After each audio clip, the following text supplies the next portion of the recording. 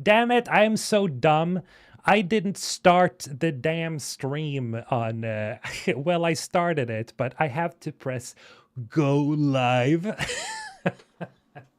God, I hate this stuff whenever YouTube does this. God damn it. Really?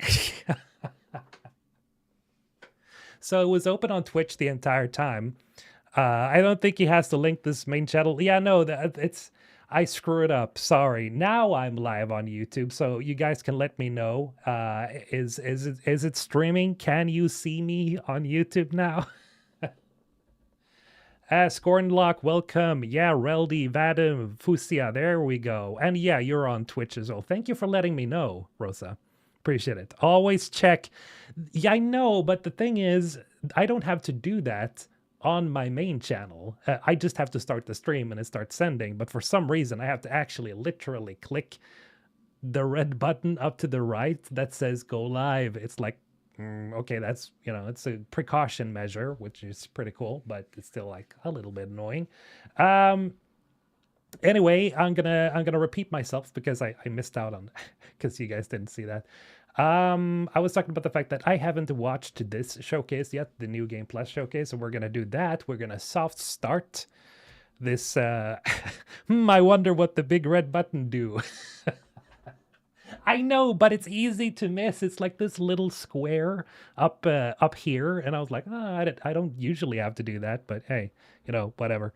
At any rate, so we're gonna check out this New Game Plus showcase. It's 2.5 hours long, so we're gonna sit here and yap for a while. It's also the version that is not with the creators yapping, so we're gonna skip out on that because apparently that that wasn't received well from what I heard. So yeah, we're gonna watch the non-yapping one apparently. Noi with the two Noi241 with the 2 months. Thank you so much for the prime. Appreciate it. Much love and support. Thanks for the support. By the way, I know some of you probably want to like gifts, memberships and stuff like that on YouTube. You can't do that because this channel is it's not monetized. So you can become a Patreon member and get, exclusive content. There is more coming this year for sure. So head on over to Patreon. It's right up there in the sticky comment, in the comment section here. So go check that out and become a member if you want to support. It's the best way to do that because you don't have to literally do that over here. At any rate, let's check this out. I should probably talk with you guys a little bit. What's up? Well, a lot of stuff is up. There's a lot of stuff because like one of the reasons why I want to do this channel, like why I want to stream on this channel is and move the streams and a lot of the update videos and stuff like that over here is because I've been wanting to do the main channel more professionally, like have that be very highly edited, like my previous video, like with the Dragon's Dogma 2 video, like videos like that like they're highly scripted, they're highly edited, they're fun, they're high speed.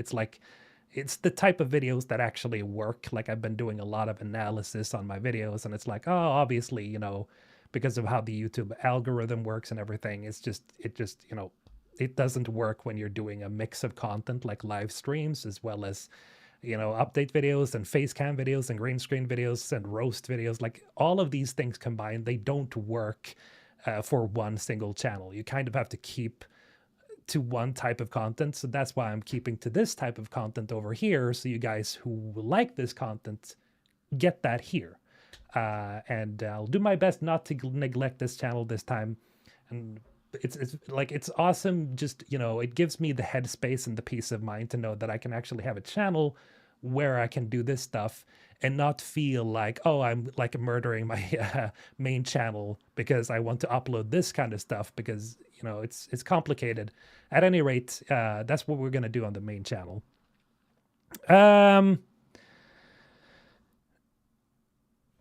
Any updates on the next Mass Effect game? No, nothing. I've heard nada. Whenever I do hear anything, I'll let you know, but I have not. There was one thing, but no. No, that is probably a rumor thing. I'm not going to talk about it because it's like, yeah, never mind. Pretend you didn't hear that. Nothing. No, I don't really know. I recommend Patreon. Yes, absolutely. No, thank you so much. Head over to Patreon again if you want support. But yeah, let's start out with this new Game Plus showcase because I'm really interested in seeing what they got to show.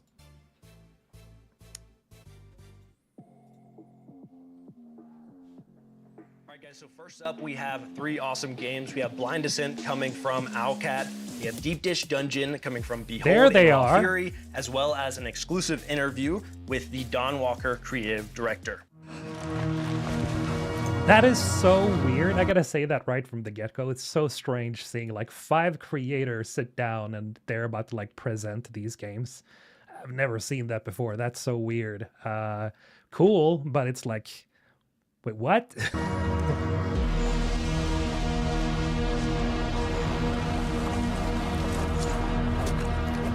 What is this? Survival game. Right, he said that. Let's focus.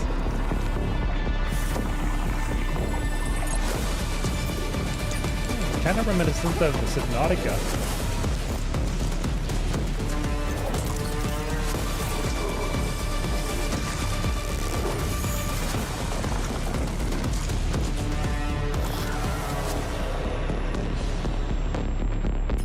Blind Descent. Is that already out?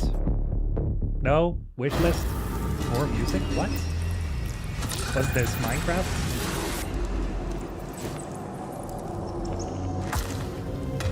I didn't even know what New Game Plus was or even existed before the stream. Really? Oh shit, madam, damn. Well, you're welcome. I was about, like, I remember I wanted to stream this, but I was so busy with recording because I'm recording several games right now, and that's partly why I've been off for so long, is because I've been busy with recording games, because I am working on like 4 videos at the same time, which I've never done before, but like I'm trying to juggle a bunch of things and make it work, because I need to start getting like real production on the main channel, so that's why, like, you know, I haven't like talked to you guys for a month. So yeah, that's what I'm doing. But I wanted to live stream this, but then it's like, that came in the way and I just didn't have time. So yeah. Intense, welcome, my man.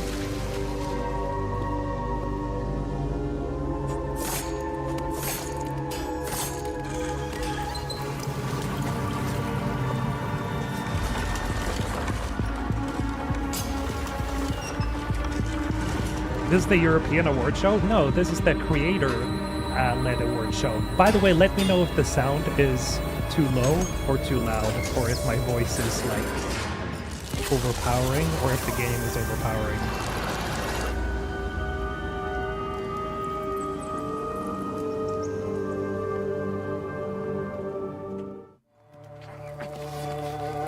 There we go. Oh, there we go. Blood of Dawn Walker. Yes, let's go. Must be here somewhere.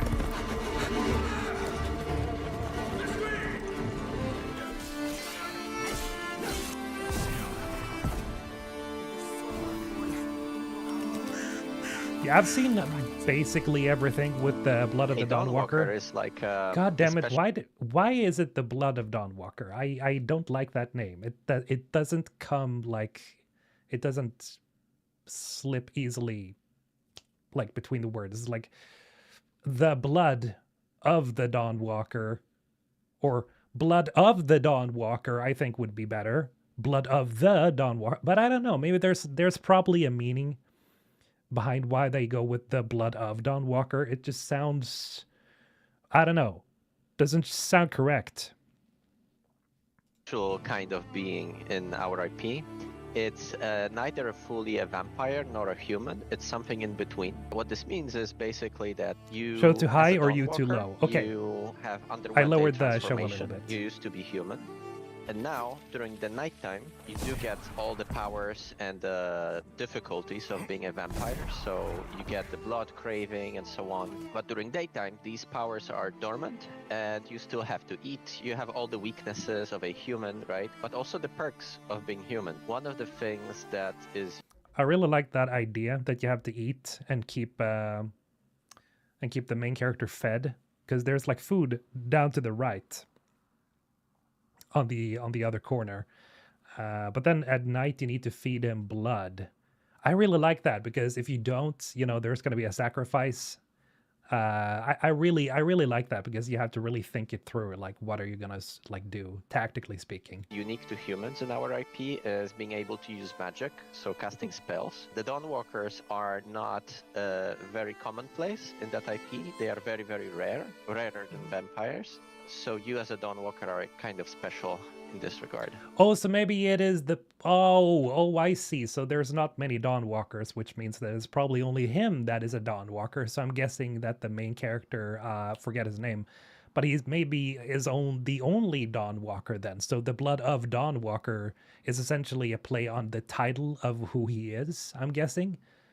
It's kind of like saying Commander Shepard, because the commander, who is the commander, it's Shepard. You never think about anybody else when it comes to Mass Effect, but the blood of Dawnwalker, it makes sense if that is like his title or something. Game for you on the new channel. We're gonna focus on reviews and stuff like that, so that's probably what I'm gonna start doing on the main channel. More like high tailored, edited, scripted, what you might have seen lately, a few of those. I would say the short-term things that have immediate impact on the character development are you have to feed on, either animals or humans on blood suddenly, right? So you get these cravings, you get these like weird, eerie experiences that you didn't have as a human. Oh, I love God. Clique of vampires. I love that there's decapitations and stuff like that, because that was one of those things that might seem a little bit, overdone in the Witcher games, but I just love that detail, when it's when they're not afraid to like, go really adult with these games. I appreciate that with these like former Witcher devs. Actually caught him on his low point when he was vulnerable. He has used specific traits of vampiric blood in order to cement his position in the valley. Because, as you might imagine, having a bloodsucker as your lord might be a tough sell.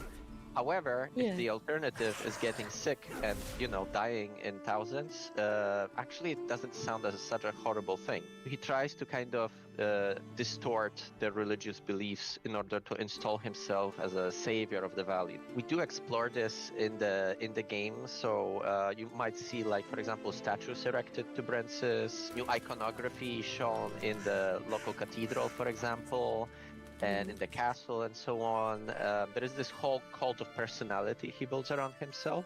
So he basically shows himself as something better than the old order, right? We do have a mechanic tied to shrines that are erected complex main across villain. The valley. And Brensis puts a lot of attention to kind of twist them to his own image. And these do have a functionality. When you play the game, we have assigned specific functions to them. Generally speaking, one of the things we wanted to achieve in this game is to have Brensis being this active antagonist. In a lot of games, the antagonists are out there to be defeated, but generally speaking, you have free reign. You do your own thing, and it doesn't really, change much in how they approach you.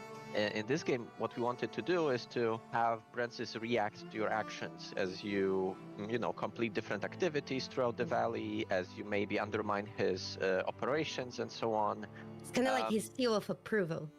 Exactly. So it's like, so basically the way you can think about it is like the more you do in the valley, especially if you undermine Brensis, you will gain notoriety. The more notorious you are, the more edicts Brensis will pass in order to thwart you.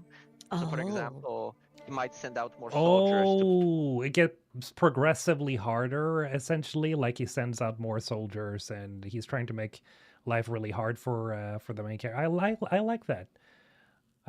Yeah, that's cool. I like the idea for sure. It's like essentially like leveling, scaling, but different. Patrol roads and villages, right? He might, in some extreme cases, maybe even initiate a lockdown of the city to basically hamper your ways of traversing it, right? There is a number of these edicts we have prepared, and each of them is designed to kind of twist and change the general open world gameplay. It also has benefits. There are factions in the valley that dislike Brensis, so the more notoriety you gain, the better standing with them you get, like they actually like that. There is a number of plot lines that you can follow if you want. You can also cut them off because we have added these systems where, for example, you might lose control over Cohen when he's a vampire if he was hungry. You might kill off some important NPCs and then the plot line just cuts off basically, or you get some alternative version. There are some ways. I like that because that introduces a lot of replayability to the game where you're like, oh shit, I forgot to do this. Now I have to stick with it. And I'm guessing a lot of people will be like reloading the game, sort of like with Baldur's Gate 3, right? Because you don't get the outcome that you wanted, but I'm going to stick with it and be like, I'm going to try to think of that next time. And then something else will happen that will fuck up my playthrough. And then something else happens. So maybe the outcome is very different.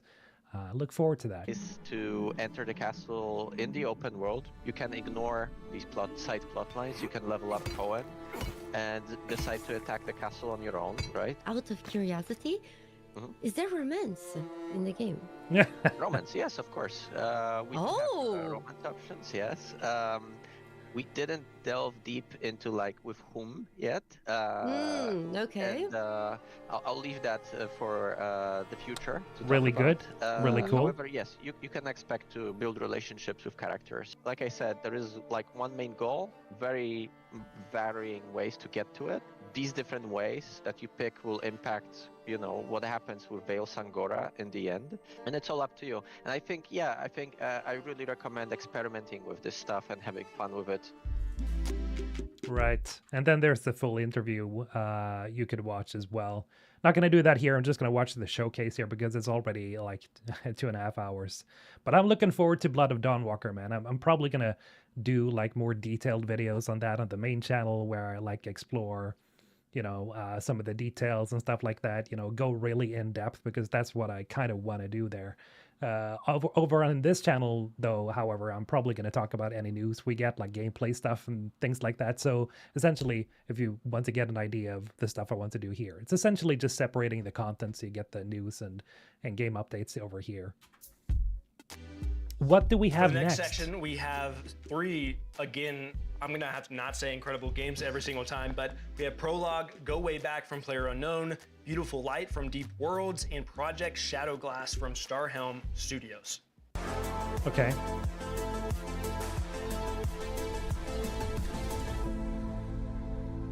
It's just an infinite map generator with some game loops on top of it. So you have a survival loop, which is pretty hard.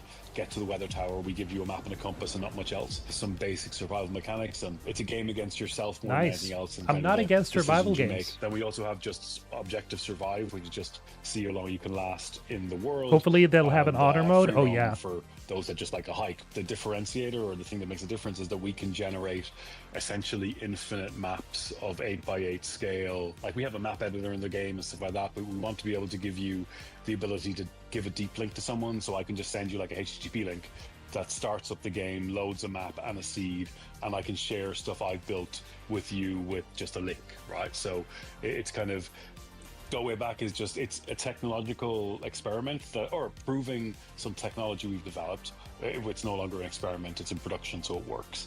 But it's also going back to my love of survival games and those kind of emergent, just, I'm not giving anyone missions to do, it's just get there, and how you get there is fully up to you. Basically, if you play the same seed, you get the same weather, I'm pretty sure you get the same cabin layout, and you maybe get the same loot.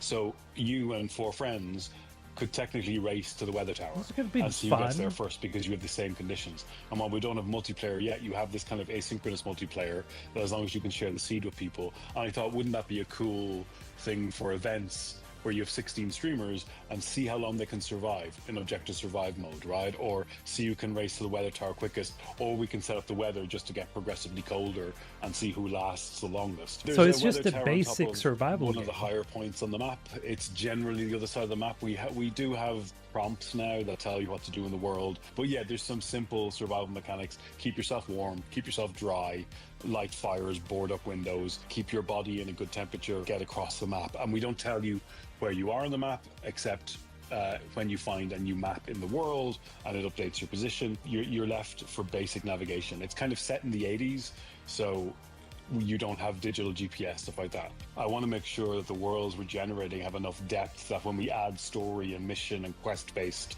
content, that the worlds feel like coherent and real enough that it makes sense. Like, I want to have pathing, I want to have like infrastructure, like telephone lines, this kind of stuff, so the cabins aren't just random cabins in the forest, that there seems to be some like, you know, logical placement of stuff in the world.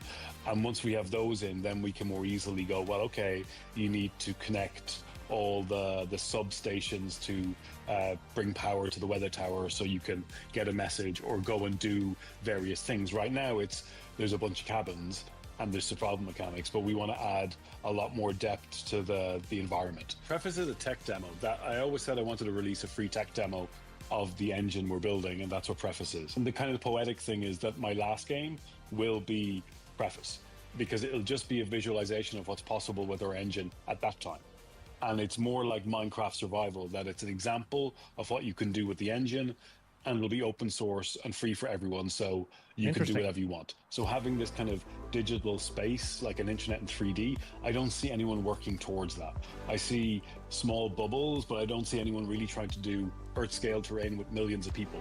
And that's kind of the bigger goal, and that's why we've broken it down into 3 games. The aim is that you should be able to do anything from 10 by 10 to 100 by 100 with 5v5 or 100v100 relatively easily and not have any problems. We will build maybe an Earth-scale terrain, maybe smaller, with hopefully a network layer that supports millions of people. That will be kind of a survival civilization MMO type game. But again, that's just one layer of the world. Like, I want you to be able to just jump around the world and see what's happening, because you should be able to, like, I think if you want to interact with the world, there should be a layer of survival you have to do, or a layer of gameplay in order to kind of leave your impression on the world.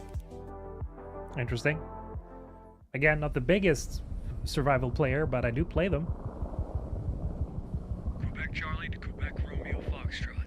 We got your location report. Shooter. We are monitoring you in the operation zone. Good luck. Over. Actual in-game footage. Very nice. Oh, creepy. Huh.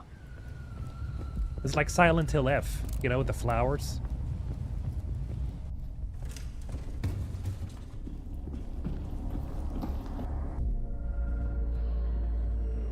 Oh, that's creepy.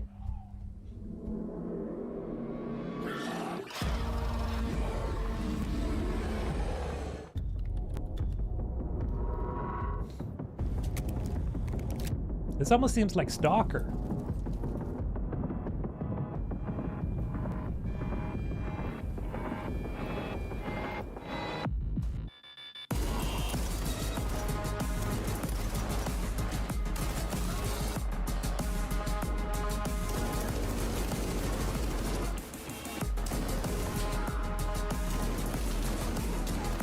It's very dark though.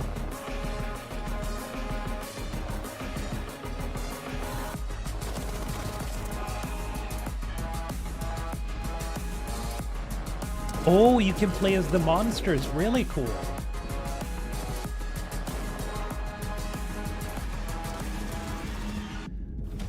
That's like natural selection. You guys play that?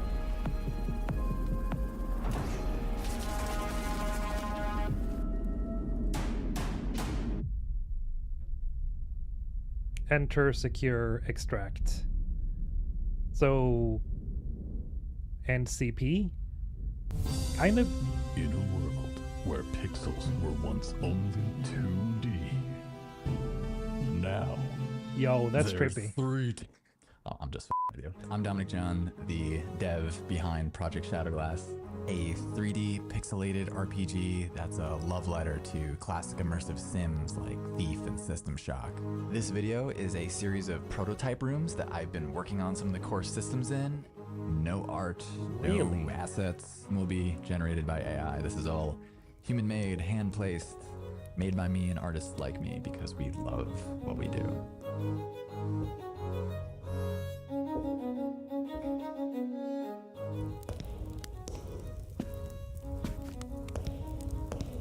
Oh man, I love the sound, the footsteps.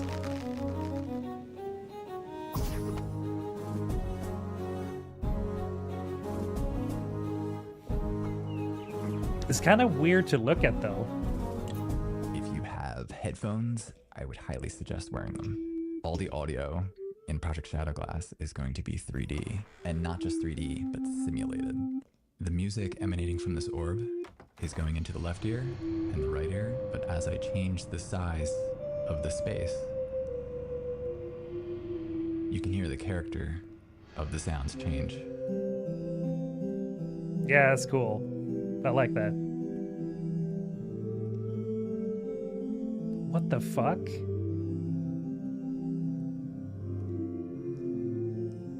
And if we go around the wall, Ray traced still hear audio it coming from the reflections. This opening is actually really in each cool. ear.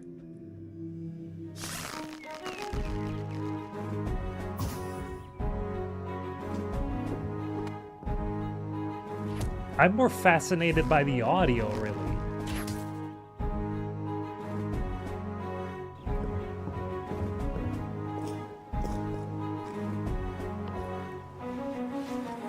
I actually launched the Shadowglass Discord today, so if you have any ideas or suggestions or just want to follow along, feel free to wishlist Project Shadowglass on Steam. I hope you enjoyed this sneak peek on how things are coming along. Thank you so much, all the crew at New Game Plus, for having me. Be well, my friends.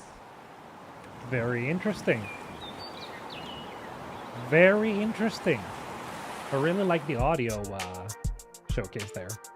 Oh, here we go, baby. This section we have three, what I would consider kind of sci-fi games a little bit, but we have Athelion from Don't Nod, which we have an incredible look behind the scenes of the music with the composer themselves, as well as The Expanse Osiris Reborn from Owlcat. If you're familiar with The Expanse, super exciting. It's pretty old trick. Also, Shooters often Shores use traced audio. Maybe, but I don't know. I just noticed it for some reason here. Like, whoa, okay. But maybe it's because they were so focused on the audio right there. This actually looks kind of interesting.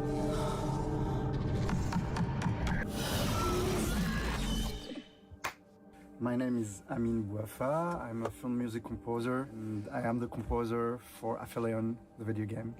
I remember having a message from Talal saying that he loved the score of Summit of the Gods, and they are working on a new video game, and inviting me to come to the studio and to meet the team. It was very important for me to. This is really interesting to see how. To see some people that normally don't show up when you see these big showcases, like for the Game Awards and stuff like that. Like when you get behind the scenes for like audio designers and music designers, this is really cool because this is not the thing you often see firsthand. Because there's so much work that goes into this, and a lot of music and sound effects and stuff like that is so important for games that I think a lot of people forget about. The music would be interactive.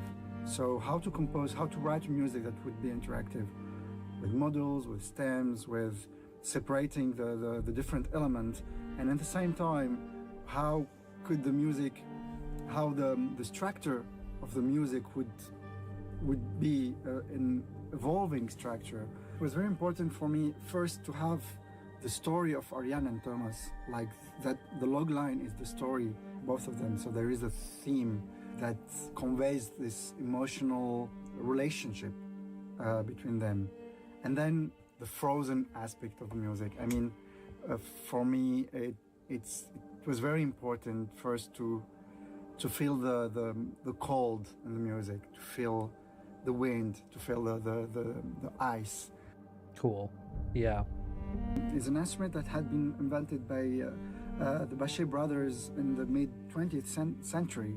For me, it looks like an alien instrument. When you see it, cannot even predict that it's a musical instrument. To play the instrument, you need to get your hands in water and then rub crystal buttons that are in this metal structure. Could convey this frozen identity of the score, and at the same time having this magical sense of in the score. That was a weird instrument.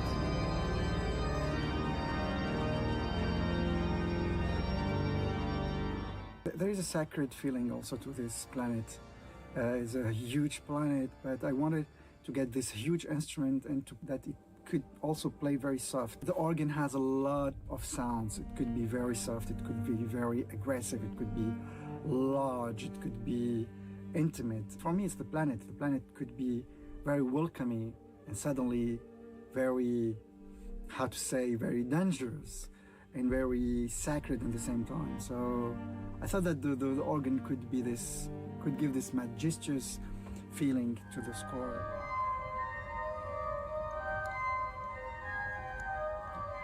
Interstellar soundtrack, kind of. I'm so happy to write the music for Aphelion. It's the first time for me to write a video game score, and it's a lot of fun and a lot of passion. Yeah, this is literally Interstellar music. Almost.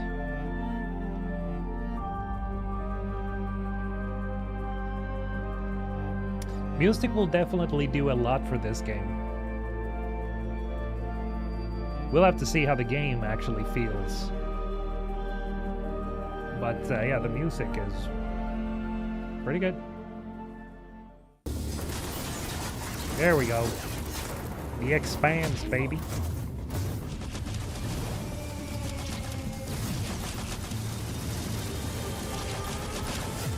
This one we're really looking forward to. We had some discussions at the early stages of the production, to be honest, whether to go fully... Oh, by the way, I should probably say this because I haven't mentioned it other than on Twitter. Owlcat sent me a scarf, and it's all wrinkled up for some reason. I don't know why it is. But yeah, I got this as a Christmas present. That was pretty cool. I also got this mouse pad that I haven't used yet. Look at that. They sent me a mouse pad, guys. They really like me. I don't know. And then I have this thing over there as well. Like it's a bunch of, what do you call those you put in your shirt? Insignias or something. Really cool stuff. System or something else. And again, we started with sitting down and lining up what are possible ways that the player might perceive the game. The power fantasies, how he can express himself in combat. So he might want to be a sniper, he might want to be a hacker, maybe an engineer, something else. As we designed those playstyles, we thought how to mix it up a bit, how to let player to experiment with what he encounters during the game. So, for example, when he finds a neat shoulder cannon, as we've shown in the announcement trailer, even if he's a sniper, he might want to experiment with that. Why not? It fits the universe, it fits the playstyle. He might want to see how it works. And so we decided why not to give him the possibility to do that. That was the idea behind the playstyle. So playstyle is basically the starting preset that kind of gently guides you towards the certain direction of your power fantasy of how you play the game. At some point, the player will need to commit to his choices. So again, it's an important part of the choices system, you know. If you just can switch everything on the fly, that kind of makes your choices less important. So at some point you need to stick to particular guns, particular gadgets, and you just build around them. Interesting. I like that. Some of you may remember that I talked about this before, that I don't necessarily always love to have too many options in an RPG. Like one of my primary problems with Mass Effect Andromeda, for example, is the fact that you can essentially just reset and like rebuild your build on the fly. And I feel like when it comes to choice-based games, I think your class, for example, is part of the choice you're making because it introduces the replay value. Because whenever I played Mass Effect 1 or 2, I always feel like, you know, whenever I pick a class, I can usually, like, I have to stick to that class, generally speaking, for most of the game. And it feels like you're making a sacrifice, but it also feels like, oh, I can now do another playthrough with a bunch of other choices that I do in dialogue, but I also choose another class, and so you can replay the game. You get more out of the game, so to speak. And I kind of like that idea. And that's essentially what he's saying here about the expanse. That's pretty much going to be the same there. Give you some time to experiment, but you will need to commit. During the character creation, Cool. you will have to choose between three major factions. Your origin, so it will be. Oh yeah, that wouldn't make sense if you could like change like your faction from the get-go, like left and right. It doesn't work for an expanse game because it absolutely has to be like either you're a Martian, either you're a Earther, or you're a Belter. So what does make sense if you start like leaning towards the other factions because you start believing their message more and stuff like that makes more sense. But just, you know, switching your faction on the fly, that wouldn't work. Belter or Earther or Martian. Facial customization, appearance, you can choose your body type. So you will be playing Body type, let's go. Very nice. You can pick your body type. as a pink water mercenary with different type of origin that you would create. You will have your sibling with the same, like, identical one. They will look a little bit different because they're their own person. They have their own personality. These events are set during the first 3 books, I think. You will start on Eris and witness basically the events from a different angle, and Nice. this part will be to some degree shown in your character creation. Every companion should belong somewhere in the universe, and they have their own background consisting of their faction and their acquaintance. They have some background story, their own struggles. All this stuff will influence. Jikater, I kind of want to go into this game completely blind and then watch this series. I think that's a brilliant idea because I don't think you have to watch the show really to get into this game. I think because they're going to essentially recap what happens. It's a pretty big event. I'm not going to spoil it for you, but there's something huge that happens, and that's essentially the start of this game. It also happens relatively early in the show as well. It's like in season 1, so it's really cool. It's one of those oh shit moment things, you know, but it really them starting it with this thing, yeah, I like that they're starting from that point on.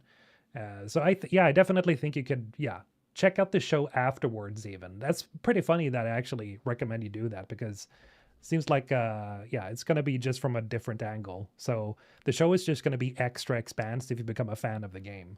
How they perceive the situations player encounters. So in every major plot event, they will have their opinions. They might hint you towards some decisions. They might provide you some assistance or maybe even some crucial contacts to go for help, for advice, for military support, maybe. Of course, they will have their own stories, their own struggles, and you can choose to help them or maybe to ignore their own stories. God, this game is so like the way he's talking about it, the way they've talked about it so far is like it seems so much like Mass Effect 2. I'm not gonna lie. Like whenever they talk about this game, whenever you find out new information like here, it's like this sounds like Mass Effect 2, man. I love it.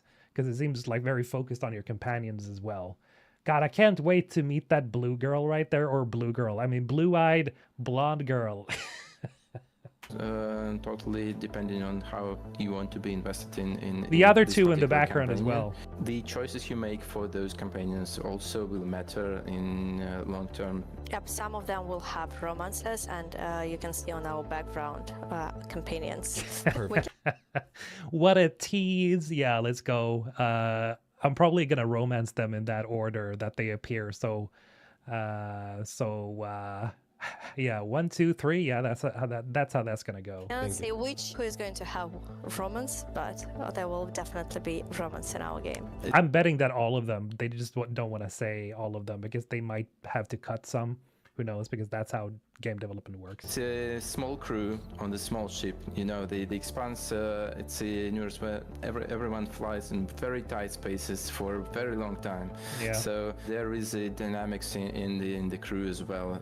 We have a few layers of the combat. Yeah, because the ship in the Expanse. It's not very big. So it's not going to be like a Normandy situation where you're wandering around your flagship, like because there's a lot of space in the Normandy. So I wonder how that's going to work. Might be pretty cramped, but I guess that's also why these hubs are there, you know, because you get to explore a bunch of places. I wonder how the flying will work. Like, will we? I don't think. No, did they say that you won't be able to pilot the ship? I think they said that it's basically just the same thing, where you just, you know, select the planet you want to go to and you explore. System, first of all, it's obviously the gunplay, a few classes of weapons that you can use, and mostly you do it from the covers, so it's a cover-based gunplay game. And again, Mass Effect 2. Second layer of the combat system is that's your abilities, that they might be more like offensive ones, maybe something like a grenade or a shoulder cannon, or maybe something more defensive like a shield or maybe a protective drone. A lot of gadgets that you can choose from depending on your play style. And as Julia mentioned, there are some play styles that are mostly focused on using your gadgets rather than using your weapons. Third layer, but still very important, that's obviously your companions. They have their impact on the combat. They have what we call combat opportunities. That's particular situations when you can order your companion to use an exploit in the arena, in the environment, to gain a certain advantage in combat. We decided against you know, the management, the gameplay part of the survival stuff. So you won't be counting your gallons of reaction mass or how much water you need to recycle before it dries out, nothing like that. But still, the Expanse universe is very dangerous. So in terms of narrative, the survival will be a part of the game. You will have a tremendous enemy. You will have a lot of very dangerous situations that you will have to get out somehow. There will be a lot of survival in terms of your player experience, just not as a particular mechanic. You will be able to fly around the solar system. Nice. You will be able to visit various planets. We mentioned it before that we have Luna, Mars, Ceres, Io, and some other cool places to visit. And some of those places will be like major social hubs where you can just walk around, meet other people, drink at the bar, shop for better equipment and stuff like that. So you will have plenty of places to go and to visit and to look at. The Expanse universe is cruel, and some characters might die because of your choices. Stay tuned. There we go. Again, suicide mission stuff. Yep, people might die. But it's just, you know, Mass Effect 2. I love that they've essentially, you know, said that before, that they were immensely inspired by the Mass Effect trilogy. So this is going to probably, as people have said, this is probably going to be the closest thing to Mass Effect game we're going to get, I think. Looking forward to Exodus, absolutely, but I think this is probably more similar. Or we will show more very soon, have something cooking. In terms of structure and things like that. Might be wrong on that, though. We'll have to see. We trust your flight was smooth. Is this the booty game? We have landed you on the outskirts of Genyak Island. Stay alert. Or is that later?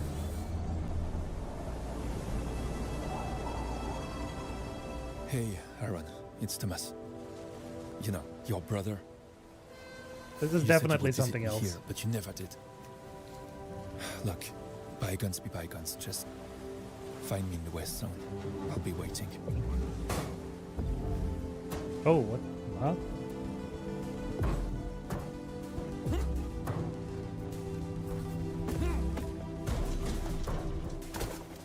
Sometimes I dream about what's under the ocean. Cool. A distant shore, waiting to be explored. Magnetic gloves, essentially. Yeah, this looks fun.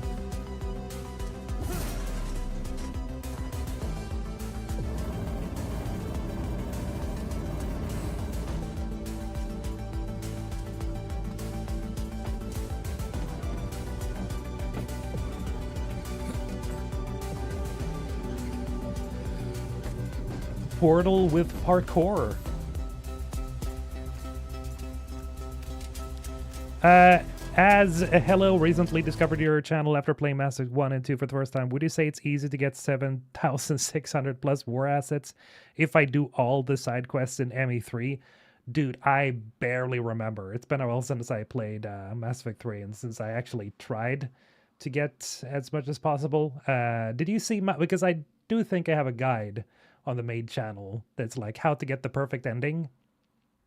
Or how to get the best ending. I don't remember if it's easy, but I would say it's probably better if you do most of the side missions in both 1 and 2. It helps out. It's easily gone up to my favorite series of all time. That's what I keep telling folks, you know. That's what all the Mass Effect fans tell folks is like, yeah, you gotta play Mass Effect because, I mean, it is the greatest sci-fi RPG made. It's one of the only RPG or sci-fi RPGs ever made, aside from like Star Wars, but still, it's like one of the greatest RPG trilogies of all time because of how, you know, repercussions, you know, go through all 3 games and things like that, you know, but depending on what you do in the first game and second game, and it reflects in the next game and such, so on. And just the storyline and the story in general, of the characters. So, yeah, for sure. I mean, it's an obvious thing whenever people play Mass Effect. It's like, yeah, obviously everybody's got to become a fan whenever they play it. So, welcome to the club, by the way, Az.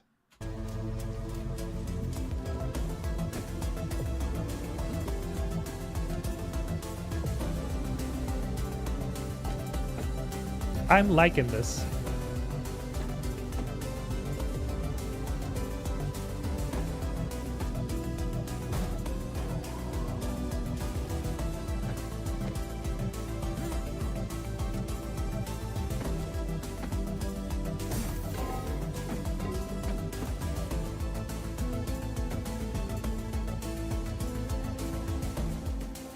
And this is just one level.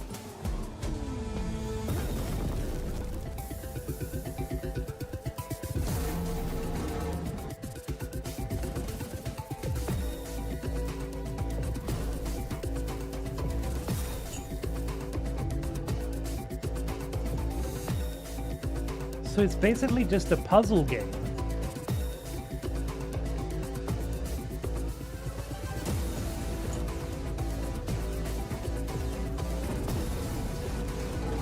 I mean, just a puzzle game, but it's, yeah, it's a puzzle game altogether.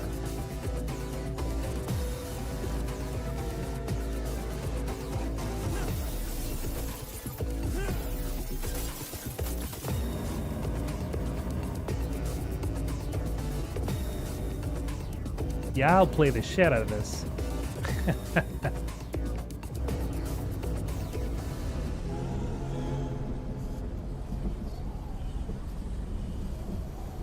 Oh, is that the Nope cloud?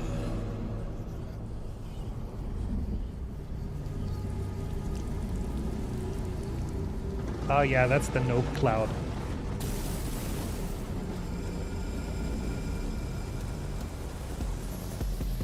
Oh yeah, Mirror's Edge with grab gun? Yeah, essentially.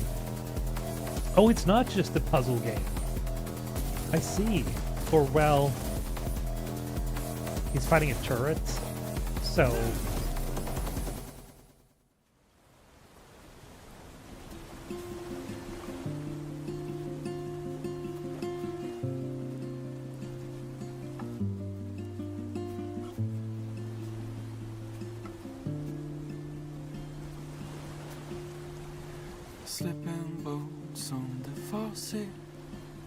I don't know, like, about the trailer length, though, for this one.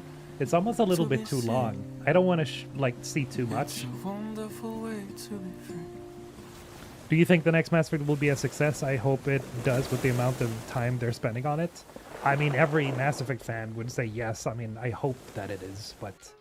at this point, you might have noticed that I don't really cover Mass Effect that much anymore. Exciting updates coming from and that's because we don't really know much right now. Like, we don't know how the studio is. We don't know how what BioWare is. We don't know how the Mass Effect team is. We don't know what EA's plans are. We don't know what PIF's plans are, which is the, you know, the Saudi Arabian public investment fund that bought EA. What their plans are. Like, for the Mass Effect trilogy and or for Mass Effect overall and BioWare. Like we don't really know anything. So that's kind of why like I don't really talk too much about it, because there's really nothing right now, unfortunately. It's just completely silent. I really hope it is a success. I really want it to be a success because I've invested so much time and effort into making like videos, and I am a huge Mass Effect fan, so it's like, you know, obviously, but we'll see. Obsidian, that being some updates for Avowed as well as Grounded 2. We also got exclusive time with them and had some interviews, which were very exciting.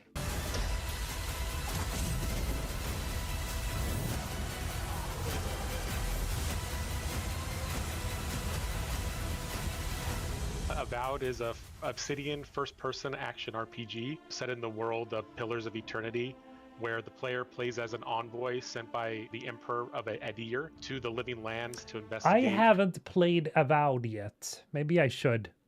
A mysterious plague that's kind of spreading throughout the lands, causing. Is it worth it in 2026? But it just released last year, so I don't know. And it's a single-player game, and you know, it didn't really have a difficult launch or anything like that. So yeah, maybe that video is kind of dead.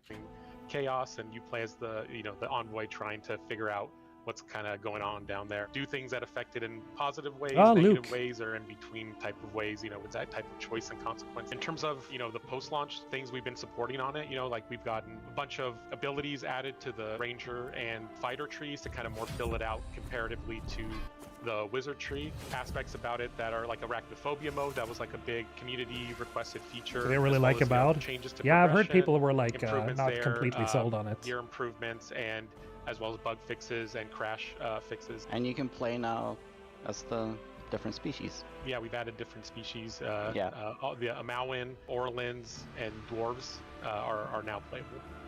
A lot of our decisions we make are revolving around the player community, so we work, you know, really closely with our community management team. You know, we get like a spreadsheet, kind of see what the things that are bubbling to the top. You know, like an example, like quarterstaff was something where just we wanted to feel like more like a wizard, right? That kind of wizardy vibe, as well as playing as Orlins. Like I think players just were bummed that we didn't include that in the base game. So I mean, it really comes down to like the time and what the community wants, and that's kind of how we decide to go about it. Yeah. We notice like players really role play their characters in the game, so we always want to give them as many options as we can to like customize their features or character, you know, to kind of have this fantasy in this world as they journey through the story. We just wanted to give them as many possible options as they can to really make the character they want to make, and just make it just their own. Stuff like all the playable races, we discussed it early on and Avowed. It's something to both previous Pillars games had. It's a lot of work and a difficult thing to really nail down, especially in Avowed with its parkour systems and its combat mechanics and all the weapon types and stuff like that in the game. Our different races are different sizes, they're different shapes, they're a very unique game experience when you play as each one of them in a first-person game specifically.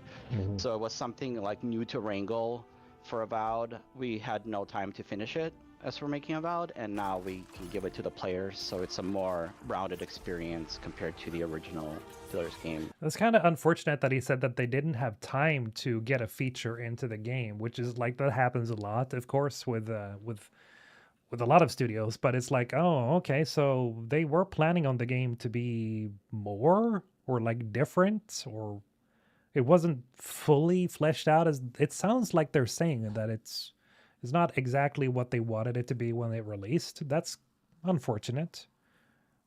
Huh.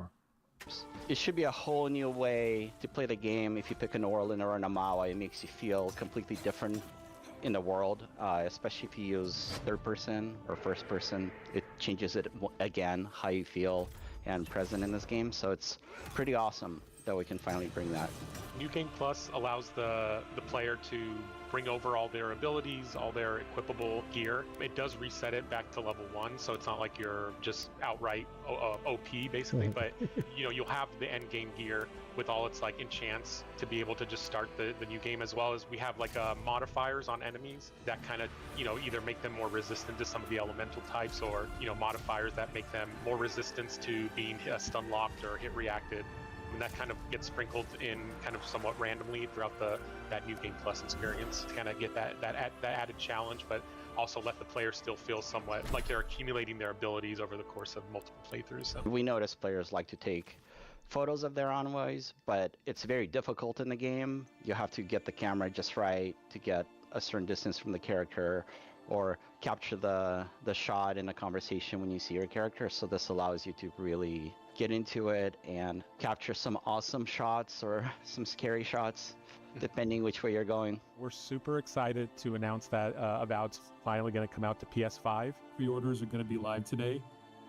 Keep an eye out on our socials, and we'll announce when the store page is open.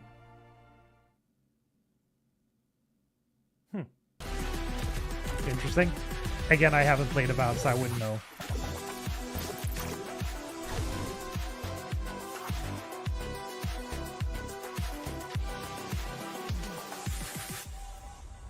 Grounded 2 is a survival game. It is set in a gigantic city park. You play as a teenager who has been shrunken to roughly the size of an ant. This game. And you just have to survive in this environment with, insects that are the size of a bus. And the thing I liked about Avowed was listening to Brandon Keener. Oh yeah, Garrus. I know. And craft new materials and new weapons. As you go and gain in power and get over those initial survival challenges, you can sort of get into the story. That I know. What has really happened in this park? A number of huge updates planned for the park. This is the first big content update that we have. We've been calling it the Winter Update. It's really about adding in this next big chunk to the park. And that comes with a lot of things that are very, very exciting for us. With this Winter Update, which is the community garden, is attached right to that early picnic area. On the map, it's just to the east of it, behind the gigantic statue of Tully and Burgle. This was our opportunity to really start delving into a brand new biome with everything that entailed. You've got a vegetable garden, you've got a greenhouse, and you've got a pumpkin patch. All of these introduce a lot of new and different types of artwork and places for the player to explore. And then, of course, we need all the insects that go in these areas too. And so a ton of new insects that are in there. As I love to say, all of these insects, you can fight. Maybe they're docile and you can attack them. Many of them are aggressive and will attack you.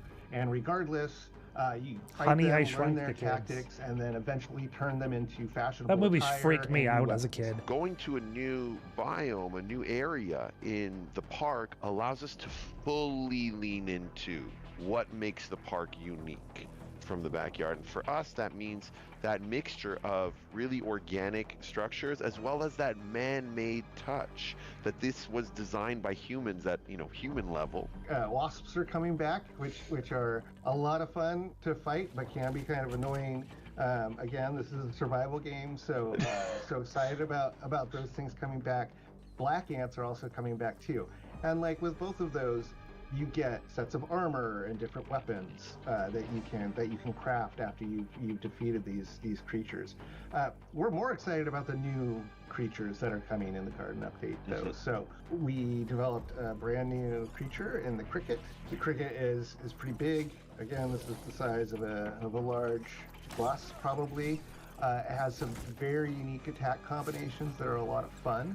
It can also, of course, jump very, very far. It has its own armor sets. It has its own weapon or weapons. Do you think Expanse Osiris it. Reborn And or same Exodus thing will reach a for, greer player Earwig. base? We actually have two different types of You think Earwig. that There's Exodus sort of a marketing has ranged been Earwig and a fantastic? So melee that's the one Earwig you're excited that for? tend to travel I around gotta let you know together. something here when it comes to the marketing. I think they could have done a little bit more. Let's just say. So I don't exactly agree that it's been fantastic. I think they could have shown some more stuff. We would have seen some more like gameplay, like just uncut sections. But I'm guessing that's what we're gonna get this year. I actually talked to some of the devs back during the Game Awards, and there's apparently more coming this year. Of course it is, because I mean the game is releasing early 2027, so. Yeah, we could probably expect some form of like gameplay showcase. I really hope we do, because that's one thing that I keep seeing that people are getting like, okay, a little bit annoyed by, that we haven't really seen any extended gameplay sections where you can be like, oh, okay, so this is how the game works, like moment to moment. Yeah, I hope we get to see more stuff like that. But could it reach the same heights? I mean, Mass Effect is, let's face it, pretty legendary in terms of that it is the first sci-fi RPG that actually took your choices from one game to the next game and to the next game in such an epic scale. So, I mean, Exodus and Osiris Reborn, they could probably reach somewhere around the same level, but for them to be like as iconic, I would say they would have to really deliver something that is at a Baldur's Gate 3 level or something like that, because there already exists a franchise that is already so beloved in the same genre, right? Mass Effect. So they're going to have to go above and beyond, I think, being realistic about it. You know, and I'm not saying this because, oh, you know, they're definitely not going to reach that level. I think they could, but being realistic about it, they would have to really, they would have to over deliver, because the bar is that high for people that are like Mass Effect fans, right? Yeah, it's a little bit all over the place, definitely. Yeah, it started great, and I loved all the world building. I have the books behind me, like I have the encyclopedia and everything. But it's, you know, I could use a little bit more like fleshed out footage, I guess. But then again, they moved the game, so I'm guessing there was something going on there with maybe the move for GTA 5, you know, to the end of 2026. My guess, and I don't know this because I haven't spoken to anybody at like Archetype or anything about this, but my guess is that the game was probably supposed to be releasing towards the end of 2026, like holiday, but then GTA 5 happened. They moved that game or 6. GTA 6, what is it, GTA 6 or GTA 5? GTA 6. They moved that to the end of the year, and so everybody else had to move, including Exodus. So that's why we're getting it early next year. I think, at least. So that's, I think, the reason for that. What was the reason for him leaving? James Olin. So according to him, he just started to kind of feel burnt out. That's essentially what he alluded to in his Twitter post, that he wanted to step down because he just started to feel like he wanted to do something else. Like, he asked Wizards of the Coast to step down because it wasn't apparently their choice, it was his. So, you know, people have taken that to be either, okay, now I'm okay, you know, now I know the answer. And some people have been like, oh, but maybe he's just not saying that he was pushed out. You know, there's two sides to this, and people are constantly fighting about like what the real reason is. At any rate, I think it's just, you know, at the end of the day, we're just gonna have to wait and see until we see more of the game, and then to play the game ourselves, of course. And I'll tell you if I get to play the game early. I will absolutely tell you what my thoughts are. I recently watched through The Expanse, so I'm more excited for Osiris Reborn myself. Hello, Chris. How you doing, man? Welcome. I don't blame you, because the Expanse show is fucking good. So, but to me, it's more like, oh, cool, 2 cakes. You know, we have 2 cakes. Woo. So I'm looking forward to both a lot. I just wish we could get them sooner, honestly. Toward the player with their strategic opportunities. Again, you can turn those into armor, of course, turn them into your base furnishings. You can turn them into weapons, and we think they'll offer some exciting and unique combat opportunities. We really want Grounded 1 players to be excited to see these creatures again, but also to be surprised and delighted by the changes. You know, just like we did in the picnic area, we've revamped the combat. So that means even looking at the old legacy creatures and going, okay, how do we make them a part of the system? How do we make them challenging in this new dance? How can we leverage our systems to make them more interesting? And so hopefully there's a couple of twists coming, even with the old favorites, that will keep veteran players on their toes. And I don't know too much about The Expanse. Is it like the Citadel system where multiple species are connected, or human versus aliens? I don't want to spoil. I don't want to tell you. So we're pretty excited about all Guys, that stuff. Like, I hold think- off on answering that. It is. I'm not going all to of say. it's coming together just really well. I think every single Grounded player from Grounded 1 at some point jumped on the Ladybug and let it transport them around. And we often joke that that was the original buggy prototype. And there's something so iconic about the Ladybug and getting on it and wanting to ride it that it felt like an inevitability. Yeah, Chris, I hear So you. what's important I for hear us you. whenever we There's do a lot of people that said introduce that. new buggies, we don't want it to just be another I think it's one good or that people just say a it, horse, so you know? Archetype is And listening. so it so they really know boiled down to what they should work what on. can the Ladybuggy bring to the table that the other ones weren't? What can make her stand apart and bring a utility and an experience to the player that the other buggies aren't? How can we carve out her own little niche in the game? She's the tank, she's, you know, the one who can get into those really tough fights and withstand those large swarms of insects. And that's where the idea of the water cannon on her back and, you know, players being able to shoot at their enemies. And that ended up, you know, providing a ton of gameplay opportunities and a really unique experience. Being able to shoot down the aerial insects that are often a bit more challenging and a bit more frustrating for players. Well, now you have this, you know, ranged weapon that you can take them down with that feels super satisfying, almost like an anti-air gun. For us, as soon as we crack that, it felt like, okay, there she is, that's her niche. And now it's just about bringing that experience to life and finding moments in the garden experience to really highlight that and let that shine for the player. Never play Grounded, so I don't know. Next up, we have 3 fantasy RPG games that are looking very cool, as I would say.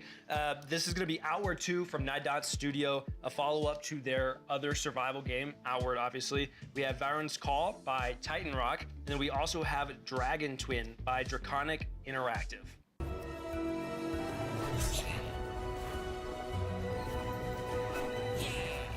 Hey, what the hell? Outward is an 2. open world RPG, which for once you're not some kind of special superhero or the last child from a prophecy. You're just a dude or a dudette. And the reason why we are downscaling who the player is because they want to be immersed more than they want to be powerful. And that was the big change in our approach. And we made all of our design decisions to be in alignment with this vision. If you were just a regular person and you wanted to think like a human would, but in a fantasy world, it's when you are aloof, when you're just like, that's not so dangerous, I've done it before. And that's when life just snaps back at you, right? In real life, that's like that. It should be like that in the design as well. So one gigantic thing is the character creation. In Outward 1, like, we had very ugly protagonists. And we didn't have a lot of options. You know, you had like 3 skin colors, a handful of faces, a handful of haircuts, and that was it. It feels like really drawing yourself into an RPG. You choose a background, you choose traits, you have a very granular system to modify and customize your character to your liking. One of the big thing is you choose one of 3 starting locations. So as a regular person, what justifies throwing yourself into danger? How do you become an adventurer? Well, we have 3 different quests, depending on which city you choose. So if you are in Simeon's Bastion, you are a homeless person, you're desperate. In Tramontaine, you are a miner and you're trying to like improve your status and your quality of life. In Haboob, you are just a clerk who just bought a house. What could possibly go wrong? You know, and very mundane situations, like you're not special or anything, but something special happens to you, and then you have to live up. Do you think to it's the more likely situation. Shepard will be in We ME4 want or a not? weather Nah. system that is No. very dynamic. So now we have a year. At this point, I don't think it's, you know, we probably shouldn't expect Go it. through all that. So it's going to be winter, and then it's spring, and then summer, and does change, like what kind of stuff can be found, what kind of armor you need to wear. Dual wielding is gigantic. So now you can combine anything that goes in one hand, and that opens up a lot of possibilities. In Outward 1, like, you had your offhand could only have a set amount of things, and you had your main hand. Now you can just interchange. You can have 2 shields if you want. It sucks. I don't recommend, but you can. Of course, like, just visually, and the fact that it is much more lush it's more filled, it's more visually vibrant, that's going to be something that people will notice very quickly. Just like in Out of One, we have 8 skill trees, and all those skill trees have some exclusive skills. So if you take one, can't take the other, and you have a maximum of 3 breakthrough points. So there's only 3 skill trees that you can learn from to the maximum of the capabilities. Otherwise, you have like the first few layers of skills available. One thing we added are the attribute points, the core stats, so strength, agility, constitution, willpower, intelligence. We added those. Yeah, no, I don't blame you about the Shepherd insignia. I thought so as well at first, but the more time has gone on, the more I've heard, interviews with Mark Mir and Jennifer Hale. It's very much sounds like they haven't been called, so I'm guessing that Shepherd is probably not going to be back because we start with very simple things, I think that having that expectation from the get-go is so you won't be able from the very kind of start asking to be unlock all disappointed. 3 So skill trees just because you yeah, have the I don't cash know. to do it.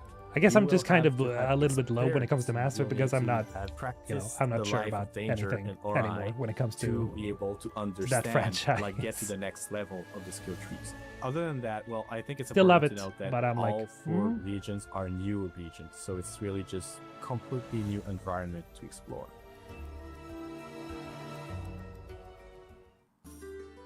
Today we're going to be taking a deep dive into our upcoming action RPG, Varen's Call. The world of Leda is entirely shrouded by darkness on one side, while scorched by endless sun on the other. These incredibly hostile areas are known as the Forsaken Realms, which, as you may have noticed, is the name of the universe we are meticulously crafting. This looks more Your first interesting, steps within I the think. Forsaken Realms will take you to the Vale of Varen, a city on the brink of collapse, and the first of our narrative-focused adventures. You'll step into the boots of a lone mercenary, seeking to answer Varen's call for aid, and maybe earn some gold and glory. That's a along big the ass way. axe, though. Look at that. It's clear that Varen needs a hero, and every hero needs a way to slay the countless fantastical beasts they'll encounter. Varen's Call aims to cater to a wide range of playstyles, offering you the freedom to combat the unknown in a variety of That ways. was pretty cool. Whether you prefer to be a nimble-footed archer, flinging fireballs between arrows, or face your foes toe-to-toe as This an reminds me of axe-wielding Fable, whirlwind of actually. death. You guys ever Choice is played yours. the first 3 games? The game's classless system means you're never locked into playing a specific way. You have the ability to adapt, alter, or completely switch playstyles midway through your adventure. Like the movements and the Unlock sound spend effects perk are points very similar to obtain new Fable. skills and abilities, and level up your mercenary's core stats by gaining character experience.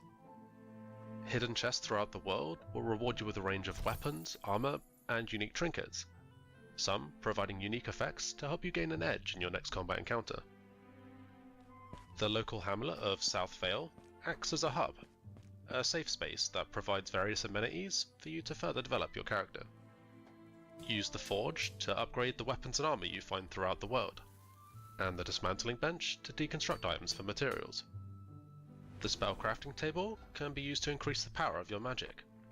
Everything from an area of effect freeze attack that stops the enemy in their tracks, to ripping up the ground from underneath their feet with destructive force.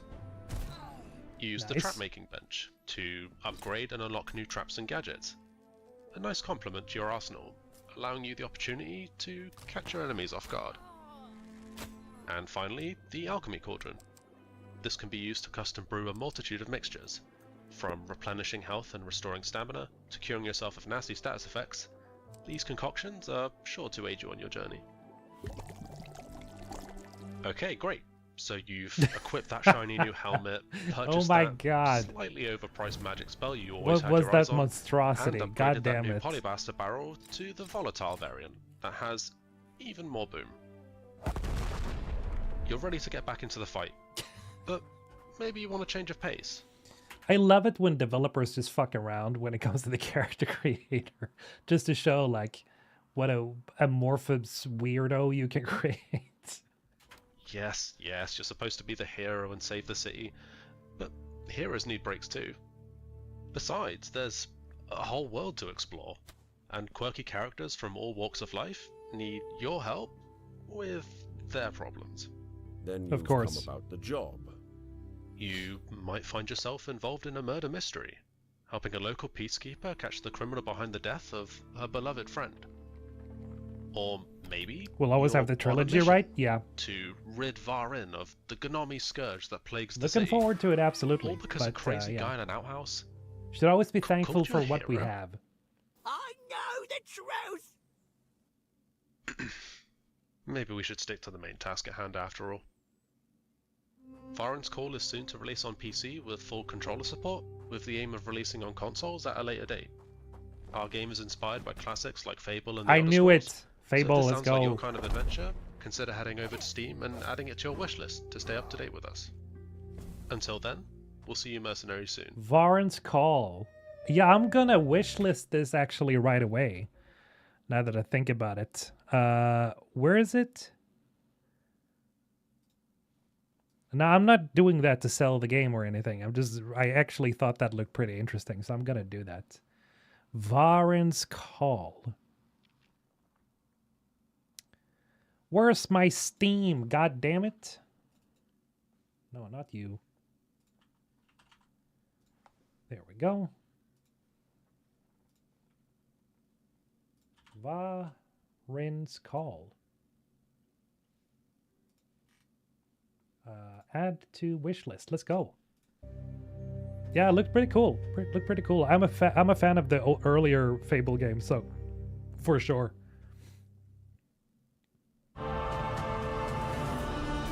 Dragon Twin, let's go. I've seen this a little bit. Looks pretty cool. The goal is to create the ultimate Dragon Rider experience. Create your dragon, take to the skies and ride into battle, command armies from the back of your fiery flying friend. This is like a Game of Thrones shot. I like it.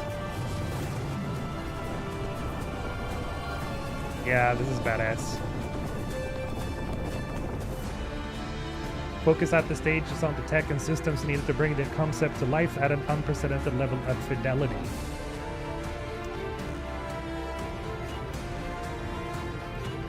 I like the animations for the dragon. They really... The full scope for the game will become more clear over time, as it depends on future funding and the shifting nature of game development. They need money, guys! The grand vision is a mouse and, I think, M&B inspired kingdom builder, but the core concept can easily be adapted to smaller scope variants to fit the project needs. So this is just a tech demo. Early access demo is available to Patreon supporters. Cool. Yeah, I'm liking it. I really want a game like this. This seems... It could be really cool. Imagine if they actually made this into like a third-person action RPG, sort of like in the Witcher vein, you know, where you play a character that just, you know, can mount their dragon and just take off, and it's completely open world like this. That would be amazing. Imagine something like that. That would be crazy. This plus, like, you know, instead of riding Roach, riding a dragon like this, God, that would be so cool.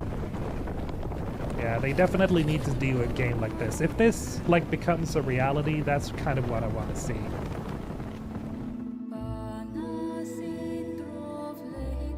Next release will focus on extensive dragon creator. The demo, that is. Mountain Blade. Oh, okay. Right.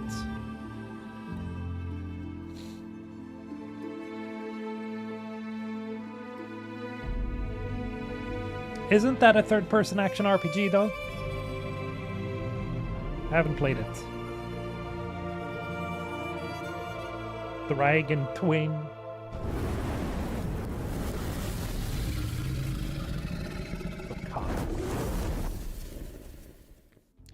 First question I had was, how hard is this game going to be? Because the most common question about the original Outward was, okay, this is like, does it have to be so hard? I actually got to play the game in the alpha version, and I got my ass kicked.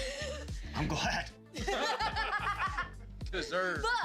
But it's actually amazing. Like, I actually Mountain really Blade is enjoyed it goated. because exploring this game felt very I should try it, rewarding, and along there's with like a slew of other games. system, so you can camp like right outside like the enemy zone, and then you prepare like your weapons and everything to wreck the enemy. Because if you don't prepare, oh, you're in trouble. It's known to be a very, very hardcore survival. And when I was talking to Guillaume, he was like, if you die, it is likely your fault. And we all heard him say, like, it's not hard, but it is demanding, and they always at all times. Yes and wanna live no, up it's a to bit those complicated. words, Definitely more of a is really kingdom awesome. And they simulator will than have an a pack RPG. mule, which he Okay. said, of course, Shocker Interesting. can die if you don't take care of it. Of course.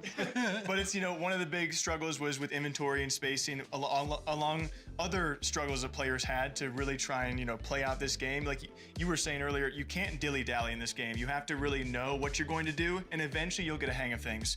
But another big one was dual wielding. So you can dual wield, he says, anything in the game. You can even double shield it up, which he says is not recommended. You can attack with the shield. It's super cool. He really loves to stress all of these niche things. There's a lot of Like you can sprain your ankle, you can Oh perforate a lung. Trauma. She has clearly sprained it. You can sprain her. I also got brain damage. You can have a concussion. It will all impact you, and all of these ailments take different lengths of time to recover from. I got a concussion in game as well. It was really tough. As well. What were you doing? What were you doing out of game? It was kind no. At it the was start, just it's something of a kinda broke like bandit plan, because simulator. Whenever I told people That I got sounds fun. a concussion, brain damaging in game, a lot of people in my chat would say like in game.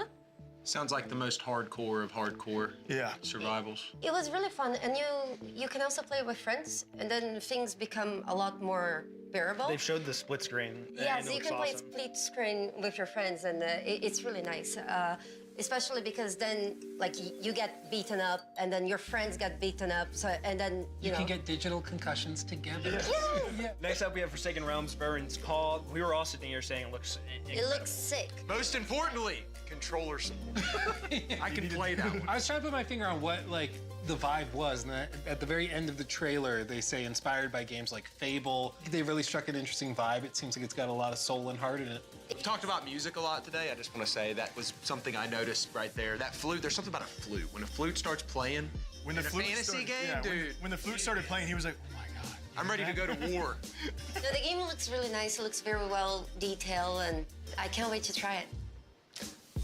They angled it that hey, you can do this thing. You can really focus on combat and the main quest line, the main story, but this is also an expansive world where there are a bunch of little side stories where you can go to these individual side characters and help them catch their chicken. Yeah, or yeah. murder mystery or whatever it is. And I feel like that's what builds out a world and makes it feel more full. So I think it looks great. I wonder whose living room this is. I don't know why I started thinking about that. Maybe it's just a place they've rented or something. Definitely looks like it's one of these guys' living rooms. Pretty cool, though. Pretty spacious. I'd love to live there, or we'll have one like that. Third, we had Dragon Twin.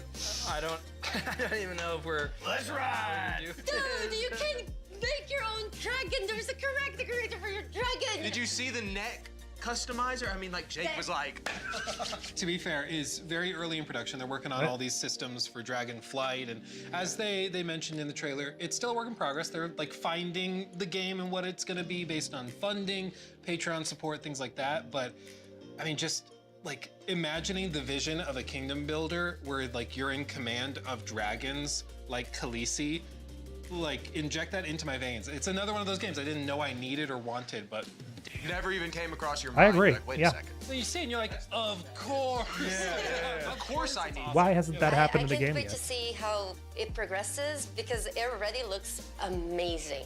But they left the combat pretty open-ended. We saw some battle scenes, we saw some light with other dragons maybe fighting, and how that's going to come into play, I'm really curious The about. movement, I mean, you're going to get some Battlefield pilots. The so cinematic cinematic, shots you're going to get with that dragon is going to be crazy. Yeah. I agree. Next up, we have some exclusive content coming from Munfish. Here it comparison is. of Here's the twins from booty Atomic game. Heart, now in the cube, a very exciting game I think we're all looking forward to. And for Atomic Heart, some new screenshots from their DLC number 4. On You're top of gonna that, there see. is also Immortal Gates of Pyre that we had an incredible interview with that Jake hosted, where we talk a little bit about the making of the game, the people behind it, and RTS in general.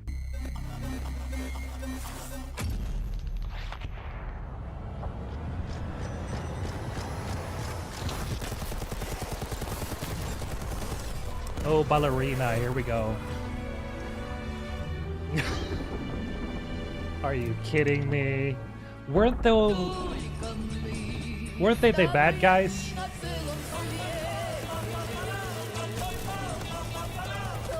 I didn't play that game, Atomic Heart, but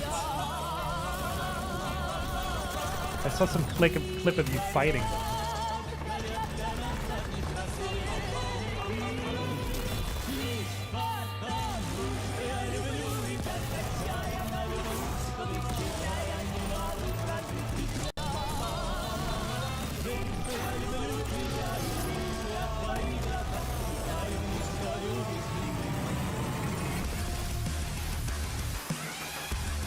Final DLC, interesting. So this is okay. Was that? Is it recording? Yeah, it is. It's in the sky, a giant What cube. was that voice acting? I can still barely believe it myself. Answering that question would be spoilers, indeed. Do not spoil. Thank you. When it showed up, I was in the lab. I didn't even see it. You know? You know? I felt that same fear, though. A terrible sense of my own powerlessness. God, this is so goofy. I want to play it, but it's How did the goofy. whole of humanity miss it? And did we actually miss it? What if the cube didn't appear, but revealed itself? What if it was always there, and we've only just started to see it? The character design really on point.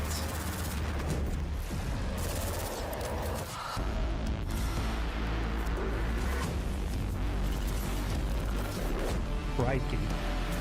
Jesus.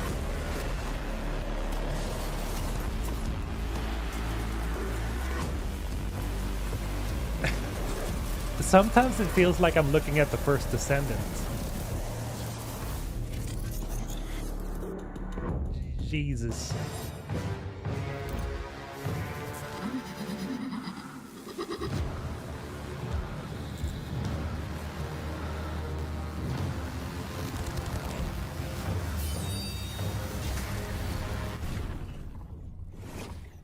Dude. I don't even know what to say to that. It was an interesting...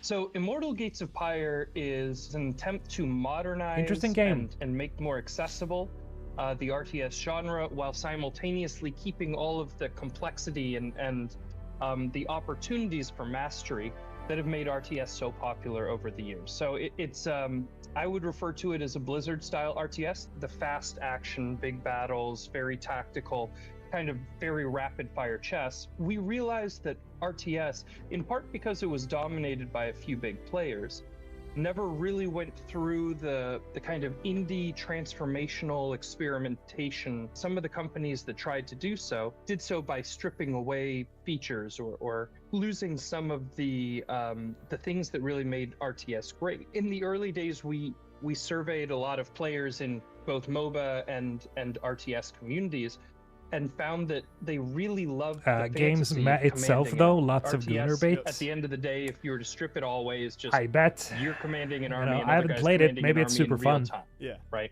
Because you get individual unit control, it can be very overwhelming. But yeah, I've because you're heard also people building say those that units, it's, because you you're know, building a base, because in terms of you're gameplay. having to do so much I should really macroing try along it. with the microing simultaneously that for most players it just gets overwhelming and complicated. And so we worked through it kind of line by line, trying to figure out what are the rote tasks, what are the things that players are required to do that are not really decisions, that are more just chores, right? And how do we make more and more of the complexity in the game, but optional, opt-in. We refer to it as opt-in complexity. And then simultaneously, how do we create a world and experiences and game modes that people want to be a part of? We want to take this genre and show people this genre isn't dead. People want this fantasy, they want this experience. A lot of it has to do with things like the UI and the UX, the unit design, and a lot of that opt-in complexity. So for example, in most RTSs, you always have to be building workers. If you're not building workers, you're falling behind on your economy and you're screwed. The correct move, with very few exceptions, is to build a worker every chance you get. So we made that automated.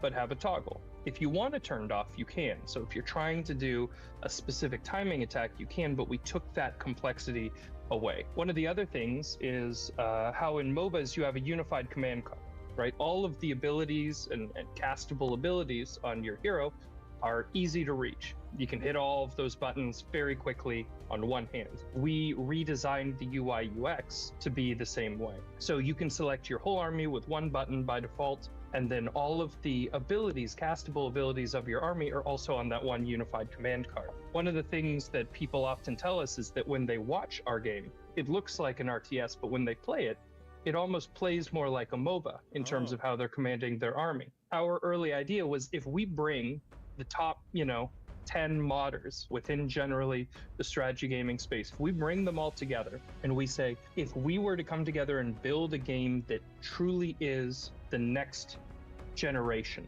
of RTS, what does it look like?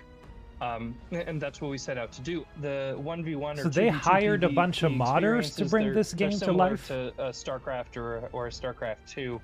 Maps, we did redesign the maps and we redesigned the mechanics in a way That's that really cool, 2v2 if is that's actually true. really, really fun. It's a core support gameplay mode. I'm And, behind that. Players, I'm not including big on pro players, have RTSs, actually but really enjoyed doing I like 2v2 that. tournaments. But the ultimate goal is to destroy the enemy's town centers. And so it's Deserved. kind of a I mean, tactical back and modders, forth with counters and They keep the strategic games snipings alive. and using immortal abilities in clever ways. So it's great for mastery and laddering and skill gain. Ultimately, or at least the goal, is to have other PvP modes that are more casual or more playful. Kind of some chaos modes, auto battler modes, things like that, where if you just have 10 minutes and you want to have a beer while doing it, and you want to do something that's a bit strategic, but you don't want to get that sweaty, we want to have those experiences too. That's a big part of the target market that we're looking at, is people that like to be challenged mentally, but don't necessarily want to try to do the crazy APM and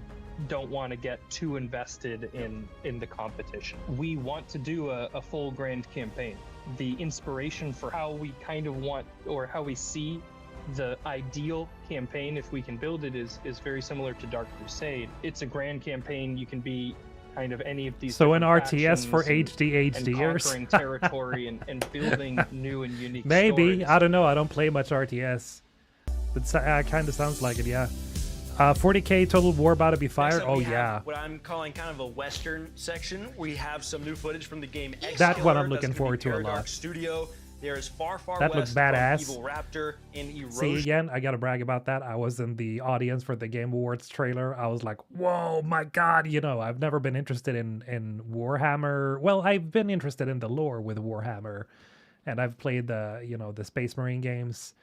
But I've never been interested in the RTS game. That's they usually make Total War, that is. But when I saw that trailer, I was like, God damn, look at that gameplay. Yeah, yes, So that was kind of strange because I'm not typically a guy that plays those games. From Plot Twist.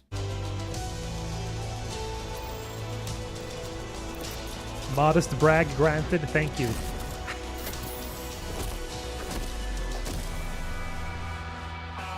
Welcome to the world of Execular.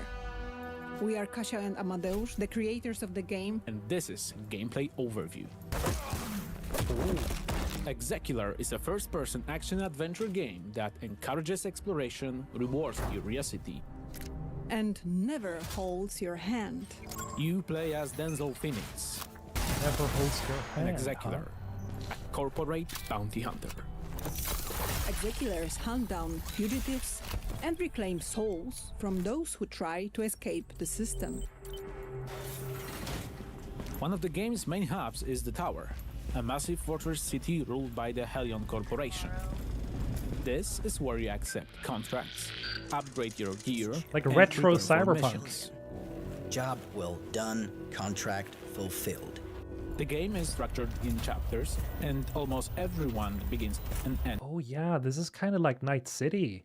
This is cool. in the tower. Outside the tower lies a harsh, scorched desert. You travel through it in a heavily modified car designed to protect you from extreme conditions such as heat and radiation. Inside the vehicle, you have access to your computer, storage, and a working radio.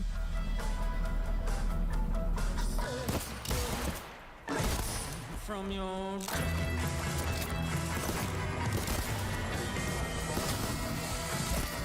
I like it.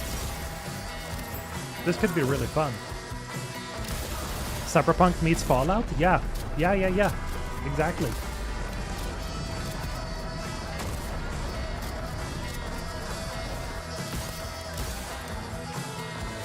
God, I love revolvers. They're so cool.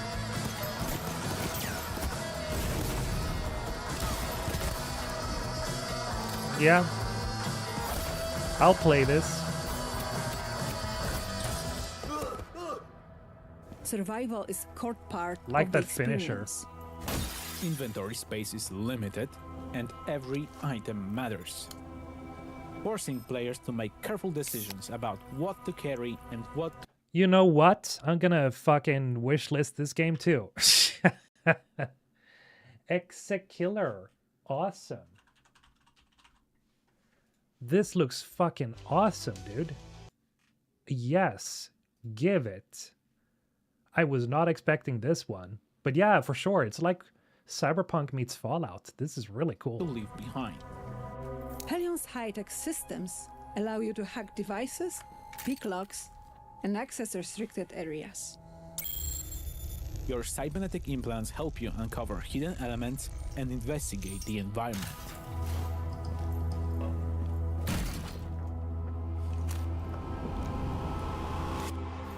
Missions and level design are fully non-linear. Oh baby, There's let's no go. single way to complete a contract. Stealth, dialogue, and combat are all valid approaches and can be freely combined. In Exekiller, every decision matters. What's it gonna be? Plata or muerte? Every decision you say. Wishlist Exekiller on Steam. Hey, Paradark, send me a key. I'll play it. Hi everyone, Robert here from Fireshine Games. I am the Senior Product Manager for Far Far West, developed by the incredible 6-person team at Evil Raptor. Far Far West is a 1-to-4 player co-op PvE first-person shooter where you play as robot cowboys in a weird western world. Work together to kill bosses, collect bounties, and cleanse the lands of the evil enemy invaders. Today, I'm going to talk you through a short, single-round session of Far Far West. Here, we're exploring the Far Far West hometown, an evolving space where you can upgrade your weapons, spells, and characters. Once the team is geared up and ready to go, we can pick the bounty we want to hunt and drop into the game.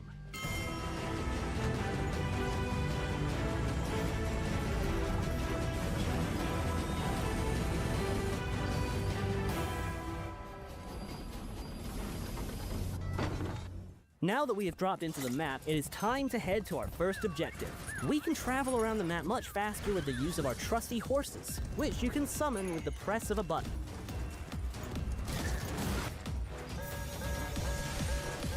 When fighting enemies, I can use different firearms and a variety of spells to do damage or heal myself and teammates.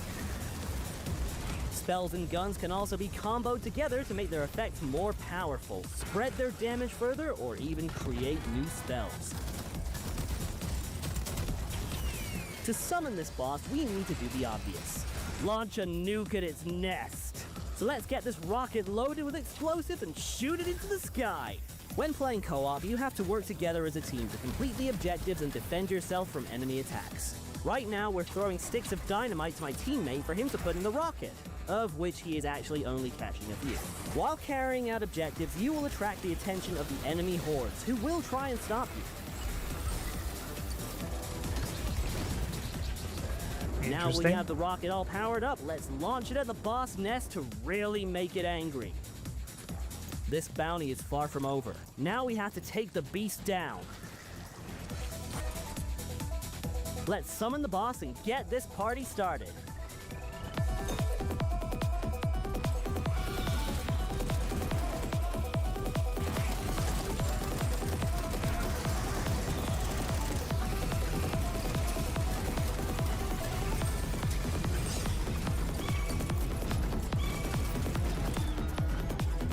We won and the boss is dead, but we aren't safe yet. So let's Visuals get to the are station nice, to get yeah. the last train out of town. Not my type of game, though. When the train is called, we have to stay alive Not for its normally. arrival, which is easier said than done when the whole of the far west wants you dead. Thing is, I used to like horde mode games, but We made it I out don't know. alive. Well, some of us, which means we get to keep the resources we found along the way. These will allow us to upgrade our characters even more and be stronger for the next bounty. This was just one simple game of Far Far West. There are multiple bosses, maps, objectives, weapons, spells, upgrades, and cosmetics, all unlockable through play. You can play the playtest with your friends right now. Seems like a cool game for younger people. As a parent, you've got one job. Protect your family. Whatever happens, you do it or die trying. Felt too speedy for me. Yeah. Some of those games are like Kick the bucket, you don't stay dead for long.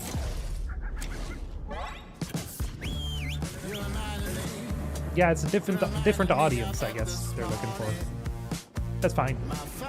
It's not my cup of tea. Kind of like this too, you know. Could probably play this. This doesn't look bad, but it's like.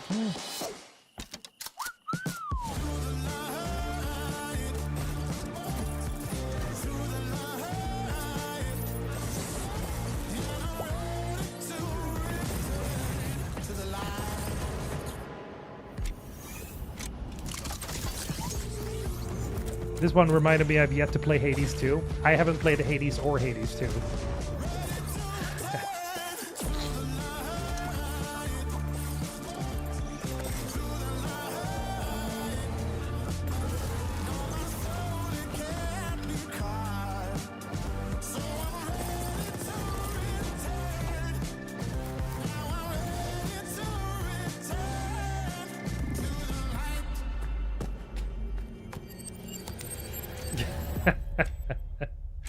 What? Oh boy. Next up, we have a very exciting section for people who like competitive games, shooter games. We have an awesome interview that Jake did with the executive producer of the Division franchise. We also have Alpha Response, a game coming from the original creator of Counter-Strike, Min Lee, or Gooseman, whatever you know him as. Last Man Sitting from Pixel Pizza, and Sand Raiders of Sophie by Holygriff.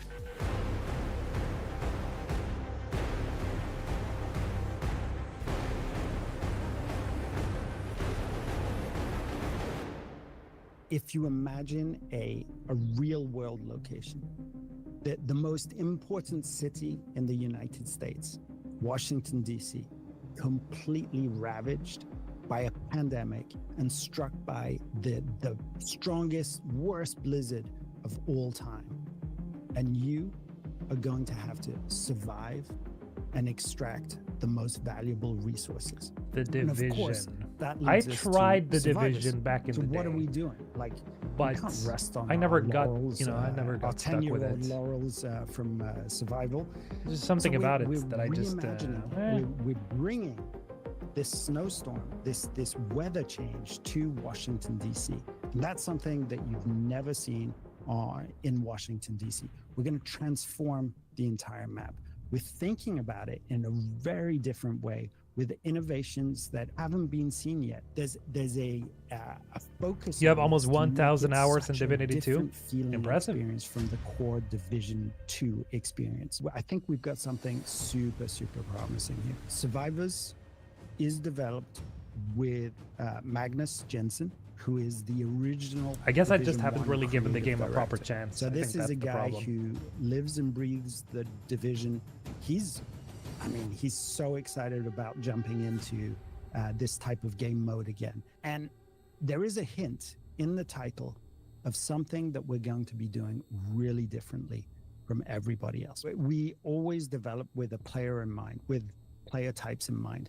And I think here we have to acknowledge that the Division 2 has a large player base of passionate gamers. And one of the things that we want to do is really lean into the sort of comfort game of the Division 2. People are happy to jump in, know their way around the controller, know their way around the map. They know how to play this game. So we're going to take that and subvert it a little bit and change the map and make sure that the tried the demo. It was has fun. an It wouldn't pay for it. impact on you, which it doesn't have in Division Fair. 2. So there are lots of Yeah, I little never bought things it, that we're I doing think. to surprise I think I our didn't. core audience. It was so Veteran long players, ago. I they're don't going to be barely surprised. remember. All of these locations that they know by heart, they're going to be transformed. So the Division 3 is in production, right? This is not a secret. It's been announced. Oh, they're making a It's third. Okay. shaping up to be a monster. I can't really say anything more than that, but this is within these walls in Massive. We are working extremely hard on something that I think will be as big an impact as Division 1 was. There's a team in Paris working on this. And Maybe I they're will putting try the final third one touches out. on a Depends on how the mobile systems play and how I execution feel of about the promise of gameplay. Division 1. So, Division 1, New York, pandemic strikes, take back New York. This is a brand new story with mechanics that are really fine-tuned to a mobile phone. Graphically, this looks like a PS5. You may have seen the adverts for it. It looks phenomenal, really, really good. I wonder if they plays actually have really that many and it mobile has a players. few They have innovations. to have You it know the because Dark Zone, this they area keep of making mobile atypical versions. PvP. It was an area where, much like other games today, popular games today, you could walk around, you could hear gunshots, go over there, there'd be another agent. You'd approach cautiously, feel each other out, and decide whether to partner or to actually engage in PvP. The whole of the Resurgence map is friendly to other agents.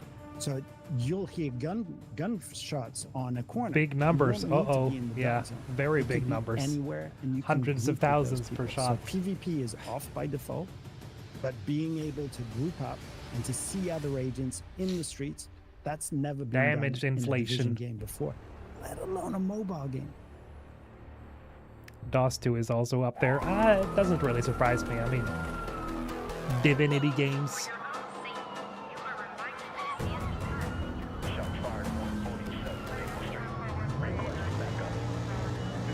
Alpha response. Oh, what's this? Police game?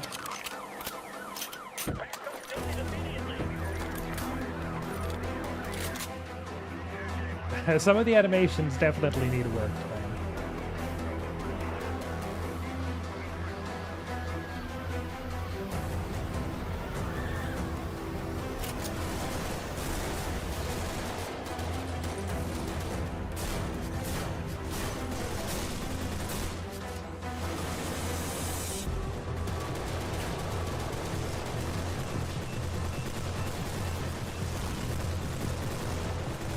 What? What is happening here?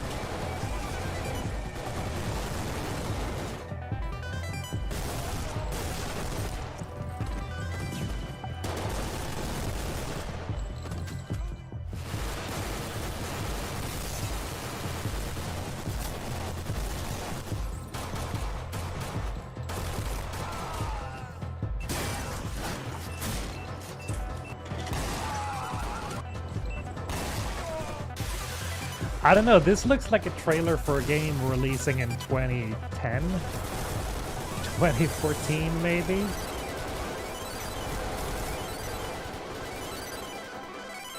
Maybe it's the recording quality, alpha response. Now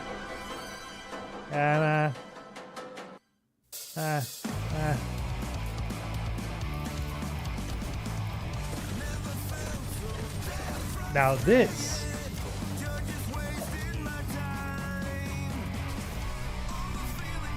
God, what is this?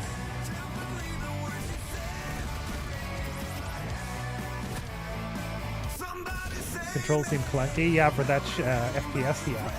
Alpha response. Last man sitting. Oh my god.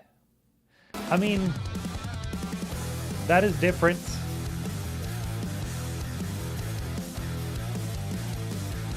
Are they just playing the same trailer again?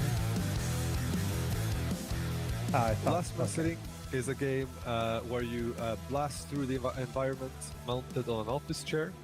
So you're always on an office chair, and you also have a freaking gun. So movement-wise, it sort of feels a bit like you're skating, but it's also most definitely a shooter. And you guys also described the game as a battle royale. So Double is it, moves games. Is it lean BR? Is it more shooter? Is it a mix of both? Is he Swedish? So many years ago, there's early like prototypes of the game. It was a battle royale game. And it sort of went viral and got like a lot of followings based on some short videos of the game. But then as we developed the game more, we found that we wanted to gravitate away from that a bit. So we saw some limitations with the battle royale gameplay. Eventually the game became more like more of a 4-player chaotic PvP shooter, more like a shooter version of Super Smash Bros., which is like one of our favorite games at the office. There's like different maps. There's different modes also. We worked on the PvP mode. We also made a PvE mode, which is more like maybe best compared to Swarm survival games.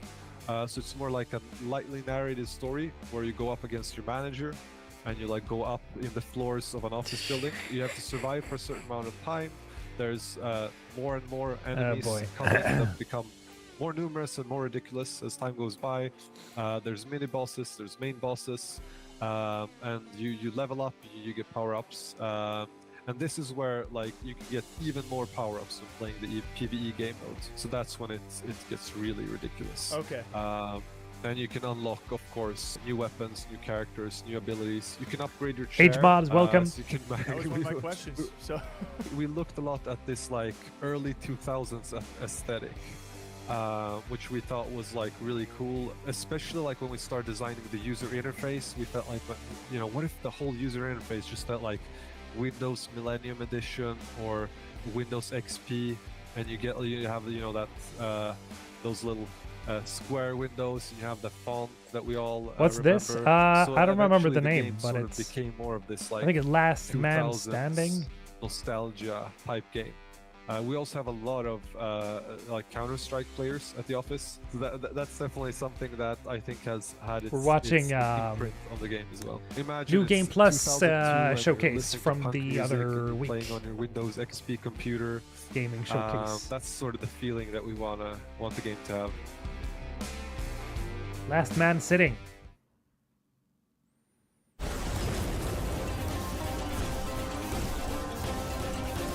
There's been a few ones actually, some pretty cool ones. A few ones that I've wish listed actually.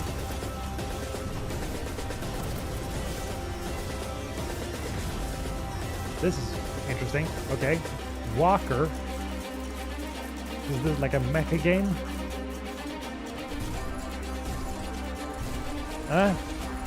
Okay.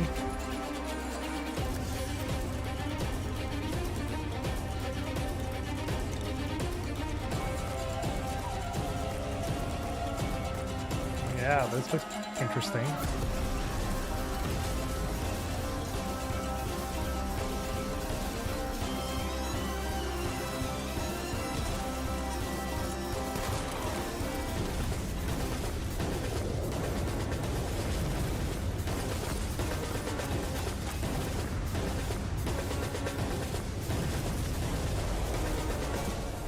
Sand Raiders of Sophie. Huh. March 2026, so it's already out in 26. Or March. Next up, we have a section that a couple of us are definitely going to be very excited about. This is the 25th year that Jagex has been making RuneScape at this point, which is extremely impressive. I know Jake and I have been playing it our entire lives. We've got old school RuneScape, we've got RuneScape 3, and we have Dragon Wilds. The Trinity! Right, so 3 games, massive games that have been around for a long time. A lot of people have heard of. I think we should just give the room to Jake. I love it here. This Use is the my bathroom real quick. This is my favorite part for all you RuneScape fans. When we all arrived here, the first thing I saw was Jake on his laptop and RuneScape was pulled up next to Twitter. Sometimes you gotta do what you gotta do. Did you see how Hunter has like a side monitor just He does this. Really? I didn't know that's. Yeah. These guys are real fans, though. Yeah. I'm north of 1800 now. I'm over 2100. I knew so that's why I didn't want to answer because I knew you were going to lead into it. Anyway, Jagex has given us a variety of 18,000 hours. Are you games. serious? We're super happy to talk about it. They've done a lot of very impressive things over the past year, I would say. They did Varlamore with Jake's favorite, the Gemstone Crab, just AFK there, it's awesome. Has the Delve with Doom. They have the Gridmaster this year, which was super fun. I played that one. They also added Sailing most recently, which is the first new skill ever in old school RuneScape. Had a lot of back and forth. My favorite part about it is the fact that they listened to the community a lot with the release of it. The exclusive they gave us was this new logo reveal for the next league season.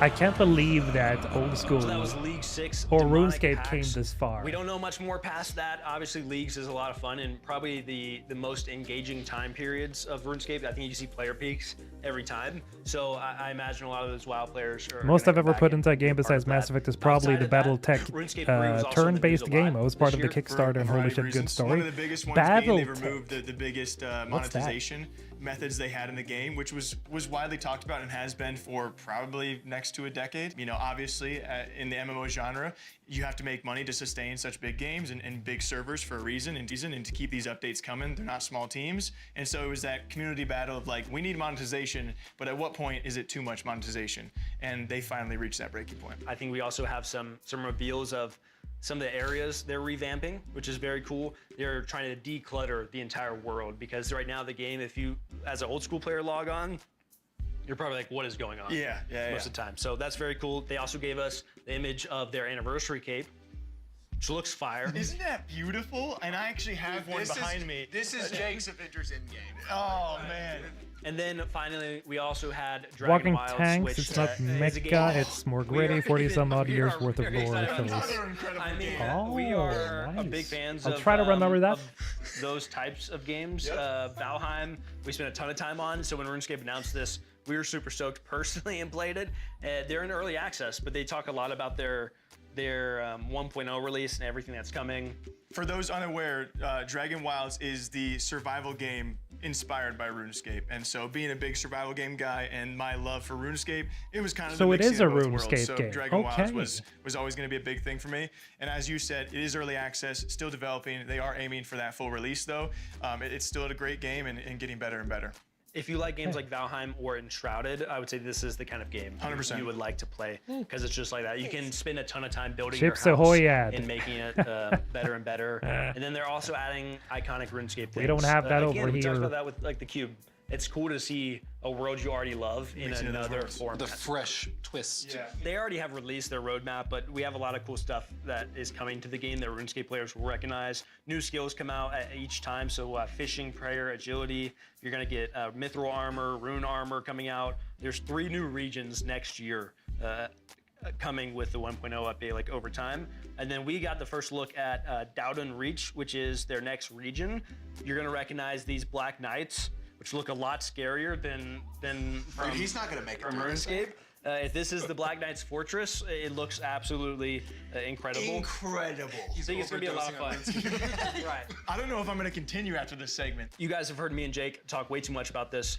We also have a message from a couple of creators that you might recognize from the RuneScape community. RuneScape and Jagex has just turned 25 years old. And the recent year has actually been incredible. And what is to come over the course of 2026 and beyond is something that, as a player myself of RuneScape for 23 years, I am so excited. I mean, I think the game right now, old school RuneScape, is in the best place it's ever been. But Jagex as a company is turning into potentially being the best they have ever actually been. In 2025, over old school RuneScape, we didn't just have many different pieces of content, such as sailing, Balamar, Royal Titans, a duo boss that came to the game. We actually also hit an all-time high player count since the game actually released over a decade ago. That is crazy. It's absolutely incredible. But that is not the end. We still have 2026 to come, and the things that are coming in 2026 are going to be crazy. We have the Blood Moon Rises. We'll be getting more info at the Winter Summit, the finale, potentially, of the Mauritania questline, but personally, the thing that I am the second most excited for, behind Raids 4. Now, Raids 4, I know nothing about right now, so I can't really say much, but that is the thing I am the most excited for and have been the most excited for years to come, as of right now. And if that is not everything, we have League 6. And I know one thing about League 6, and that is League 6 Demonic Pacts. All I can say. That's all I know right now. But League 6 will be coming most likely in Q4 of 2026. Can't fact check that. I do not know. But that means League 6 may contain Blood Moon Rises and Raids 4 inside of whatever League 6 I have is going to no be. idea what he's talking about. Incredible. As for RuneScape 3, I'm not a huge player or ambassador of RuneScape 3. I am more on the old school side, but there is a massive update that occurred earlier on. I've been reading the that I was book able since to the get 80s. behind, and It's so one of the did big all reasons of that the old drove school tanks in RuneScape the community, army. and basically Damn. anybody inside the community. And that was the removal of a microtransaction called Battle Treasure Tech? Hunter. And finally, RuneScape Dragon Wilds. I played it when it first came out with Ashenvale, I believe it was called. And then the most recent expansion, Fell Hollow. I recently have played that one as well, and I have completed it. And Dragon Wilds is a game where it's not We even have the fully same released. mic, I think. When I say that, 2026, Dragon Wilds will be fully released to everybody, completely done. But you can play it now. You will only just get the first 2 expansions. And the first 2 expansions as a standalone game is incredible. I cannot wait to see the expansion to the entire thing when we get the entire world, the entire universe of what's going on there.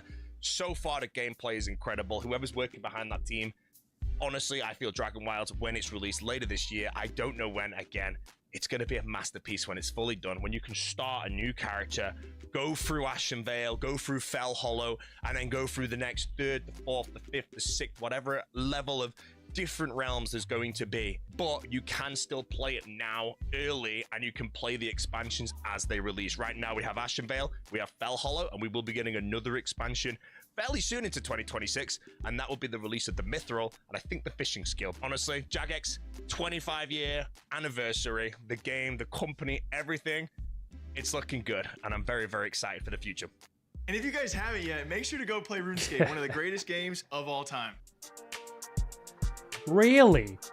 I never saw the Next draw, up, we have a really. group of 4 games, that being Darklight Survivor coming from Mirai & Co., Tape 101 coming from Serversa, and Unawake from Reality Art Studio, Nested Lands from 1M Bits Yeah, I Org. didn't think it was even alive anymore.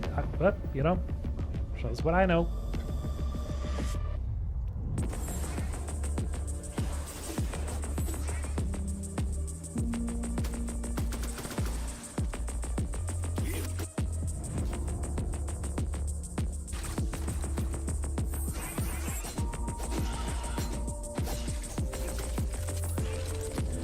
So perspective changes. Interesting. Is that the Caco demon or whatever they're called from Doom? Almost look like it. No, they're not called the Caco demon. That's the other one, the floaty ones.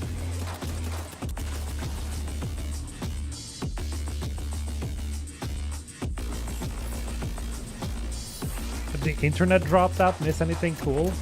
No. Just a bunch of yapping about RuneScape. Just, you know, I didn't really understand what he was talking about because I don't play those games. I tried RuneScape when I was like 13, but I was like, oh, what is this?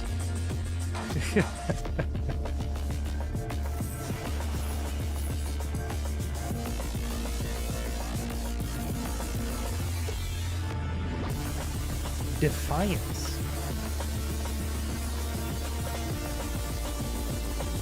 I wish there were some sound effects so you could hear the actual game.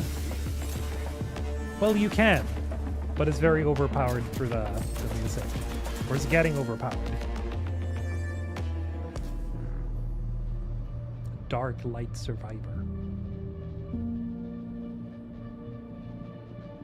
Bring out your dead. Bring out your dead. Bring out your dead. Thought it said bring out your dad. But is it bring out your dead?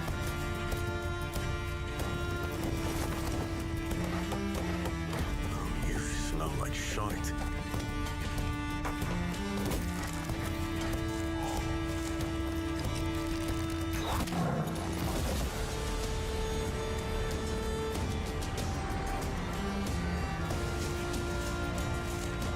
What the hell is that smell?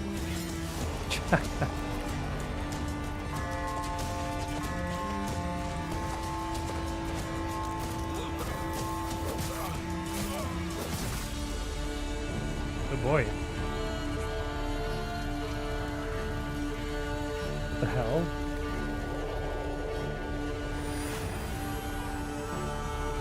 Bring out your dead. Bring out your dead. Bring out your dead.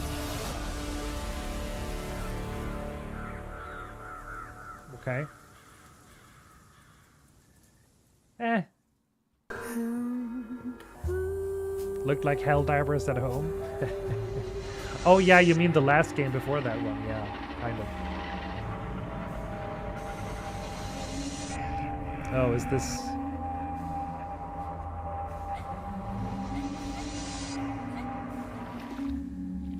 the back rooms?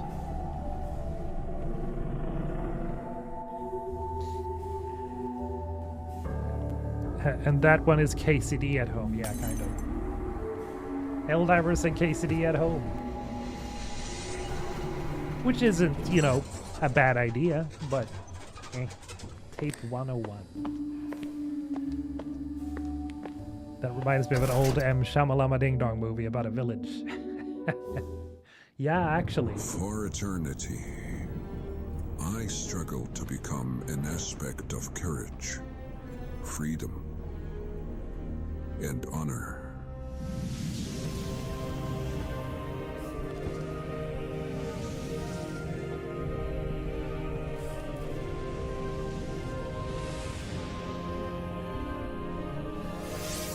So much for the glory of angels. Let it in. Let it burn your flesh. Let it burn your soul.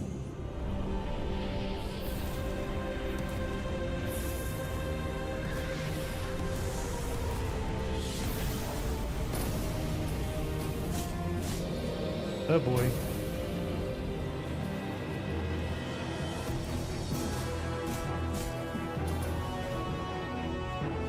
No way! Are they just using a generic fantasy soundtrack? They are. This is like one of those what are they called? What's his name again?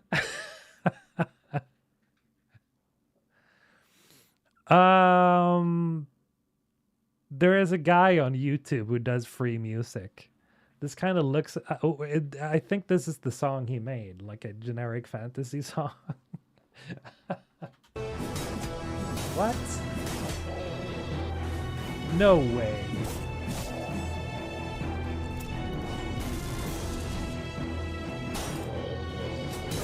You mean Carl Casey? Probably him, yeah. I've heard this song so many times in, like, you know, funny, generic fantasy moments.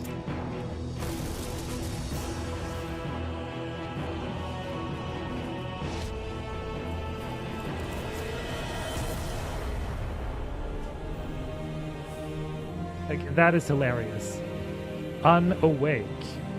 Okay.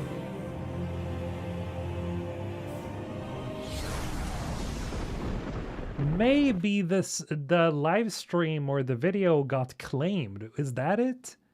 Because I think you can select that song in YouTube in case like the audio for the trailer gets like copyright claimed. So I mean, what? Maybe that was it. Maybe that's why the song played. Next up, we have a Oh, very Warhammer. exciting segment where we actually got to sit down with the executive producer over all of the Warhammer 40K series, as I understand it, Anatoly Shestov.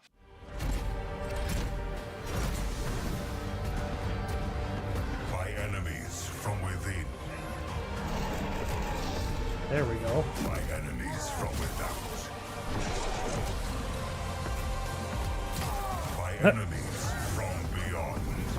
Slap. Imagine you're playing inside Warhammer universe by the guys who can't use the army, who need to find this particular person in charge of bad things to make Imperium stand for one more day before grumbling to dust. That's basically how I would describe it. Just imagine the true Warhammerish stories where no choices are good, but you don't have an option to go away. You need to get your hands dirty, and it's just a matter of how precisely you will achieve this. One of the most significant changes that any player would experience compared to the Rogue Trader would be more stakes, more value in a surrounding, in any environment that you're playing with. The covers, the line of sights, we read how they are calculated, how they are working, and how much benefit they providing to the party. So it's basically would be more playing around the environment. We abandon the step up mechanics. So if you're ending your turn behind some wall, you are behind some wall. There won't be like one circle around you that allows you to step up of this cover and to shoot at anything. If you so the place where you start your turn, the place where you're ending your turn would be more significant. Other thing is role-playing model. There are way more roles being made inside the combat. Lots of the things making you roll something, lots of the things make your opponents roll something. So it's not just your weapon skill or ballistic skill, it's way more significant influence of the role-playing choices that you've made previously. Almost all of the combats in the game will have alternative ways to finish them, not just killing all of your enemies. We are allowing player to target specific parts of the body of the enemies, and by doing this we're allowing to make your opponent lose an option to move or lose the option to use abilities. There are different ways how you can tactically approach your desire, your design of how to proceed with the combat. And of course there is a whole new subsystem that came on a change of the momentum. This is a morale system. Momentum was a party based, and you spend it to activate some heroic moments of your companions. For the Dark Heresy, we feel it need to be more intimate, more personal, and not just for your party. We are not just telling a story through the environment or the words of in the dialogue. No, we're actually making cases. We're actually making the culprits. We're actually collecting and interpreting evidence and discussing them with your retinue and analyzing them and making conclusions. There are some other mighty forces inside the scintilla because you're not playing in a vacuum and you need to struggle for power. But most of the time, you are playing as a person in charge, as a person that have authority, and a person who need to make hard choices. One of the most significant ways of the influence of a story for a Dark Heresy would be your decision of which case is more important. For example, there is under Spire slums, and this is a toxic waste. and the level of the toxic sea is growing. And if you're going there as a first place, there will be toxic waste somewhere nearby, and there will be people getting ready to be consumed by the toxic waste. But if you are going there late stage, there will be actual toxic sea, and you will be playing around it. There will be changes in the geometry, and changes in the combat encounters of how they are playing, changes in the narrative behind this, and changing based on the timings, how you decided how you approach this. To venture forth into darkness and bring the light of the Emperor to the uncharted void. All must be cleansed in his name. Is there anything you can tell us about like new factions, new notable characters, or iconic Warhammer 40k lore? There would be Treason, I don't know, most iconic thing that you can potentially name and encounter as a rogue trader, as a Treason. It would be some interesting takes on Astra Militarum. I won't share specifics not to spoil the fun, but it would be there. And there would be some brand new systems, like augments ones. You will be able to replace some parts of your body with interesting pieces of Imperium technology. There would be some elaboration on a story of the world behind the main road of the Inquisitor Calcasar's shenanigans. Let's say it like this. I wish I It was would be up to some speed with the interesting Warhammer dive lore, man. on a past of the von Valancius dynasty, even further than Theodora. There would be some new takes on how dangerous wildlife can be. Other thing that definitely we will provide for the player is some vaults, the Treason vaults, some collections of pretty wild things being gathered by this Necron. Of course, this is a rogue trader story, and the rogue trader is kind of part of his void ship, so there would be some expanding of the void ship, some new places to visit, some old places to revisit. It would be new companion with a whole set of unique mechanics inside it. It would be the general system of augmentations provided to the players. So if you always wanted to replace the limbs of the Heinrichs with some like pretty adamant ones, you will have such an option. Not just Iron Hands from the Biomancy, but the real Iron Hands. Yes, that's an option. It's the first DLC that allows us to expand the late game parts of the Rogue Trader, and expand it not mechanically, but expand it in a 100% of the different aspects of the game. You make any update videos on Mass Effect 5? No, not yet. There's nothing to really Next talk up, about. a few games that I would consider kind of couch co-op games that I would have fun sitting and playing with people like at a party or with my family. This is going to be Towerborn, coming from Stoic and Xbox Game Studios. We have Sprint City from Double Dutch Games. These are the creators of Speedrunner Unfortunate, I and know. Dinch Attack. We're gonna have to wait. Undercoders. I'll let you know whenever something happens.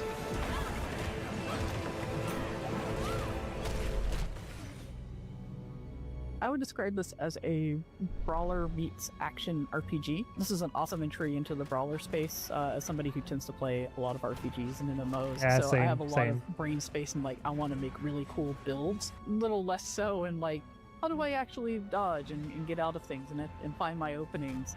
Early on, I was able to kind of compensate for that by finding nice little gear and little pieces to put together to eventually build my brawler skill set. And I find myself kind of going back and forth as we play test between like, oh, I'm finding something that's a little difficult here. Well, what can I do with my gear set in order to tweak things? Or like, is there a different skill that I should pick up for this particular encounter? And then be able to go dive right back in. The player is an ace, which is a deathless defender of humanity, which is currently sequestered away on the Belfry, which is McLaren's background over there. It's a tower that was set up for mysterious purposes, but turned out to be a pretty good haven for folks after the fall of their stronghold, the City of Numbers. The player is helping humanity as they can, getting refugees to safety, battling the beastkin that have risen and have become incredibly aggressive, while ultimately attempting to find out why did numbers fall and what conspiracy is still brewing there. We wanted players to experience a brawler type combat inside like a Diablo style RPG gear sort of system, and so we've spent a lot of time over the last 6 months or so taking a ton of feedback from our players to really kind of hone that particular system. So players should be able to come in, pick one of the 4 classes that we have.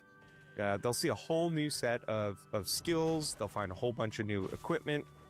And the idea should be that they should feel like one of several heroes going in and just beating a bunch of like awesome monsters. We've tried to add new enemies, new lieutenants, and new bosses. I think people are gonna feel like quite the adventure as they go into the updated version of Towerborn. Stoic has always tried to be player first. When we decided to do early access for Towerborn, a lot of that was born out of we had a vision of trying to evolve the brawler into something bigger, something that hadn't really been done before. You can see other games have taken different routes. You know, some have taken kind of the roguelite route, some stayed into the traditional. We wanted to kind of expand it to more like the true action RPG. And in order to do that, early access was very, very important to figure out what was going to work and what wasn't. Simultaneously, we didn't want to be caught in early access limbo, right? Like, I'm sure this is the kind of things that you would love to talk about. I love to talk about them too. How do you not stay in early access for 7 years? Our intent and purpose was we need to come out of early access solid. And there is a certain point where you just collect everything. Most of the feedback that's coming in either kind of falls into an existing category. Hey, a lot of people have said this thing, you know, maybe you might get something new, but you look at it and you're like, yes, it's new, but it's not reaching the, you know, kind of urgency that some of these other things are. We have a good list of things now. This is kind of what the players have told us. We need to really deliver on that. And the best way we can deliver on that is just, you know, put your head down, focus, and create an experience that I believe is worthy of coming out of early access, that people should look at that and say like, oh, okay, I see why you did it. Absolutely was worth it. I can see a clear night and day difference between what is in live right now and what I am receiving when you go into the 1.0. One of the big pieces was that folks were big fans of certain pieces of actual gear that you would earn through the game. But there was no cosmetic version of that. And so you had to make the choice of like, do I want to look good? Or do I want to look a little janky but more powerful? And so we added the ability to be able to create a cosmetic version of the gear that you earn through writs, which are earned through completing adventures. And so the idea initially with Towerborn was we just want to make a fun beat 'em up with a light story in the background. We weren't really going to lean into kind of the stoic narrative strength that we have, and we just kind of wanted to take a bit of a breather. And we had expected, perhaps incorrectly, that the community would see it for what it is and be okay with it. But it turned out a lot of people were like, wait, you have something very interesting in the background here.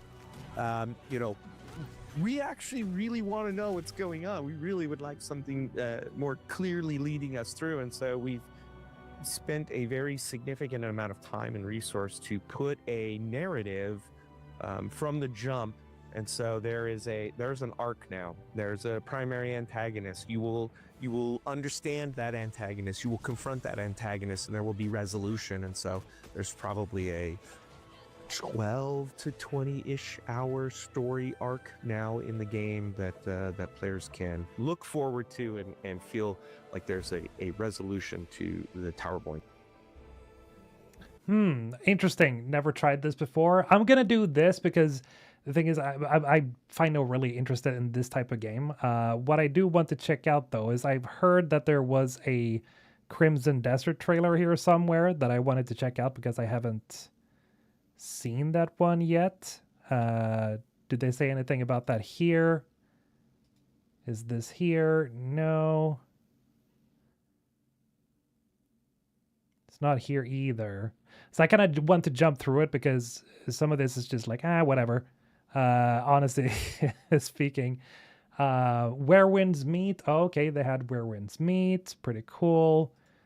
Dinosaur game. Is this Crimson Desert? Yeah, this is Crimson Desert. Let's check out. Let's see what this is. Not this one. Why are dinosaurs fighting with swords?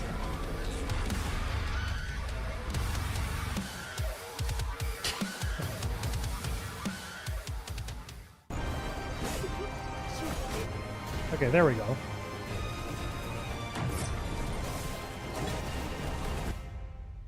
Crimson Desert. Based on the trailers and based on a bunch of things that I've seen about this game, you can clearly slay dragons. Is that true? There are dragons in the game, and you do fight them. We haven't revealed just yet whether or not you can actually slay them, but you can fight them, you can fly them. Can you lay them?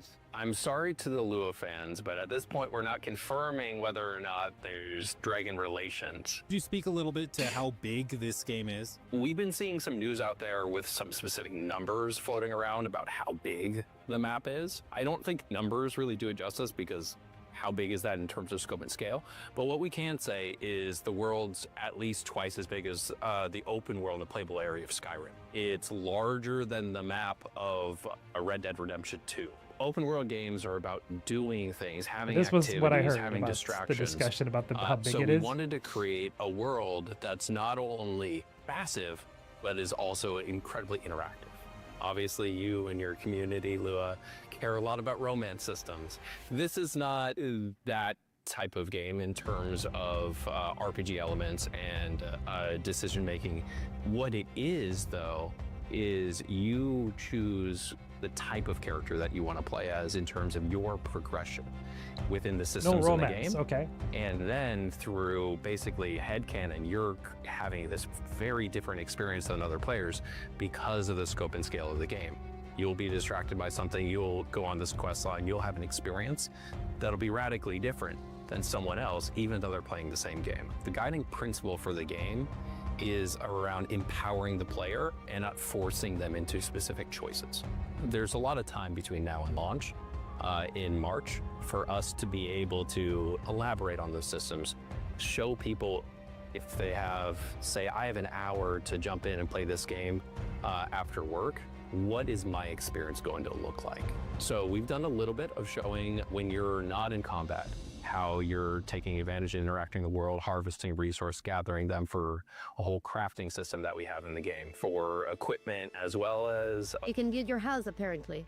There is a house. The world is made to be interacted with, and that's also how you learn about the world. So by talking to NPCs, by picking up chickens, then you've learned and your codex will have been updated about the chicken. What about things that go beyond like fighting? Is there like puzzles? Is there like different types of quests? That's a great question. One of the things that we showcased, we had a team over to Korea to do a deep dive kind of behind the scenes last September. They came out and we showed them a glimpse of a bunch of different systems. One of the systems that we showed them was in what we call the aerial abyss. It's those sky islands that you see there. That's a very important and pivotal part in the story and quest and mystery surrounding the world. In those sky islands, Hey, Blue Twinkies, how you doing? there are puzzles. They all have a different vibe, if you will, and then treasures and rewards for completing them. When can people get the game? Where can they get it? What does that look like for you guys? The game comes out on March 19th across basically every platform. It'll be available on consoles on PS5, as well as Xbox Series X and S, PC, as well as natively on Mac. That's actually huge. That is on Mac as well. Yeah, I skipped a bunch here at the end because I just felt like, okay, some of these games are definitely not in my area of expertise or that I would care necessarily much about. But Crimson Desert, I would definitely say that I'm looking forward to. I would say out of all these trailers, I actually wishlisted two that I thought were pretty cool. I would say that would be Exekiller and Varine's Call so far. But again, like, yeah, I noticed that, yeah, I haven't seen of course, I've only seen this now. Like I haven't seen the original, the original live stream, but people were complaining that it was a bit too yappy. And yeah, I mean, I think it's cool that they represent like game developers and let them talk and let them explain, but I do think that they probably need to like shorten down some of the interviews if they're gonna do this next year, maybe to make it a little bit more tight, because that's one of the things that really works for like Jeff Keighley's show, is that he makes everything very effective, a little bit too effective sometimes, because I think it was, what was it, 2024, 2025 when they had that sign that said, "Oh, wrap it up." We don't want that kind of stuff. Otherwise, I think, just the trailers themselves were pretty cool. Not a lot of games that I'm super excited for, but there are some gems here where I wasn't expecting that I was going to be like, oh, okay, I could imagine myself playing this. But overall, yeah, I could see, they should probably like cut down some of the interviews and not, have that long interviews next time. Because some of it gets like, I can imagine that the audience loses interest for people that are not necessarily interested in this type of game if you go on for too long. I love the idea for it, though. I do love the idea that they let devs come on and just talk and, show games. I think I'll be 50 years old when Mass Effect 5 comes out. Same here, same here. This is like a RPG sandbox game, Crimson Desert. Yes. If you've ever played Black Desert Online, it's basically like that, probably, but single player and current gen. So, if you haven't played Black Desert Online, you can check out my, my Is It Worth It video on my main channel, because I made one last year. I'm actually working on another Black Desert Online video for this year. So, got to get that done as well. Yeah, guys, that's going to be the stream for today. I just wanted to check this out and chat with you guys for a moment, and I guess just check in and at least get our first official live stream on this channel, because, of course, I've been thinking about making this channel the live stream channel, obviously, the name, MrHulthen Live, for a while, but here we are. We're finally getting it done. And again, if you want to support me, you cannot do that here right now, but either do that on the main channel or on Patreon. So if you haven't become a Patreon member or supporter, you can become one right now. That's it. Yeah. Great. Anyway, guys, take care. I gotta go get something to eat, and gotta go to the toilet because this was pretty long. Take care.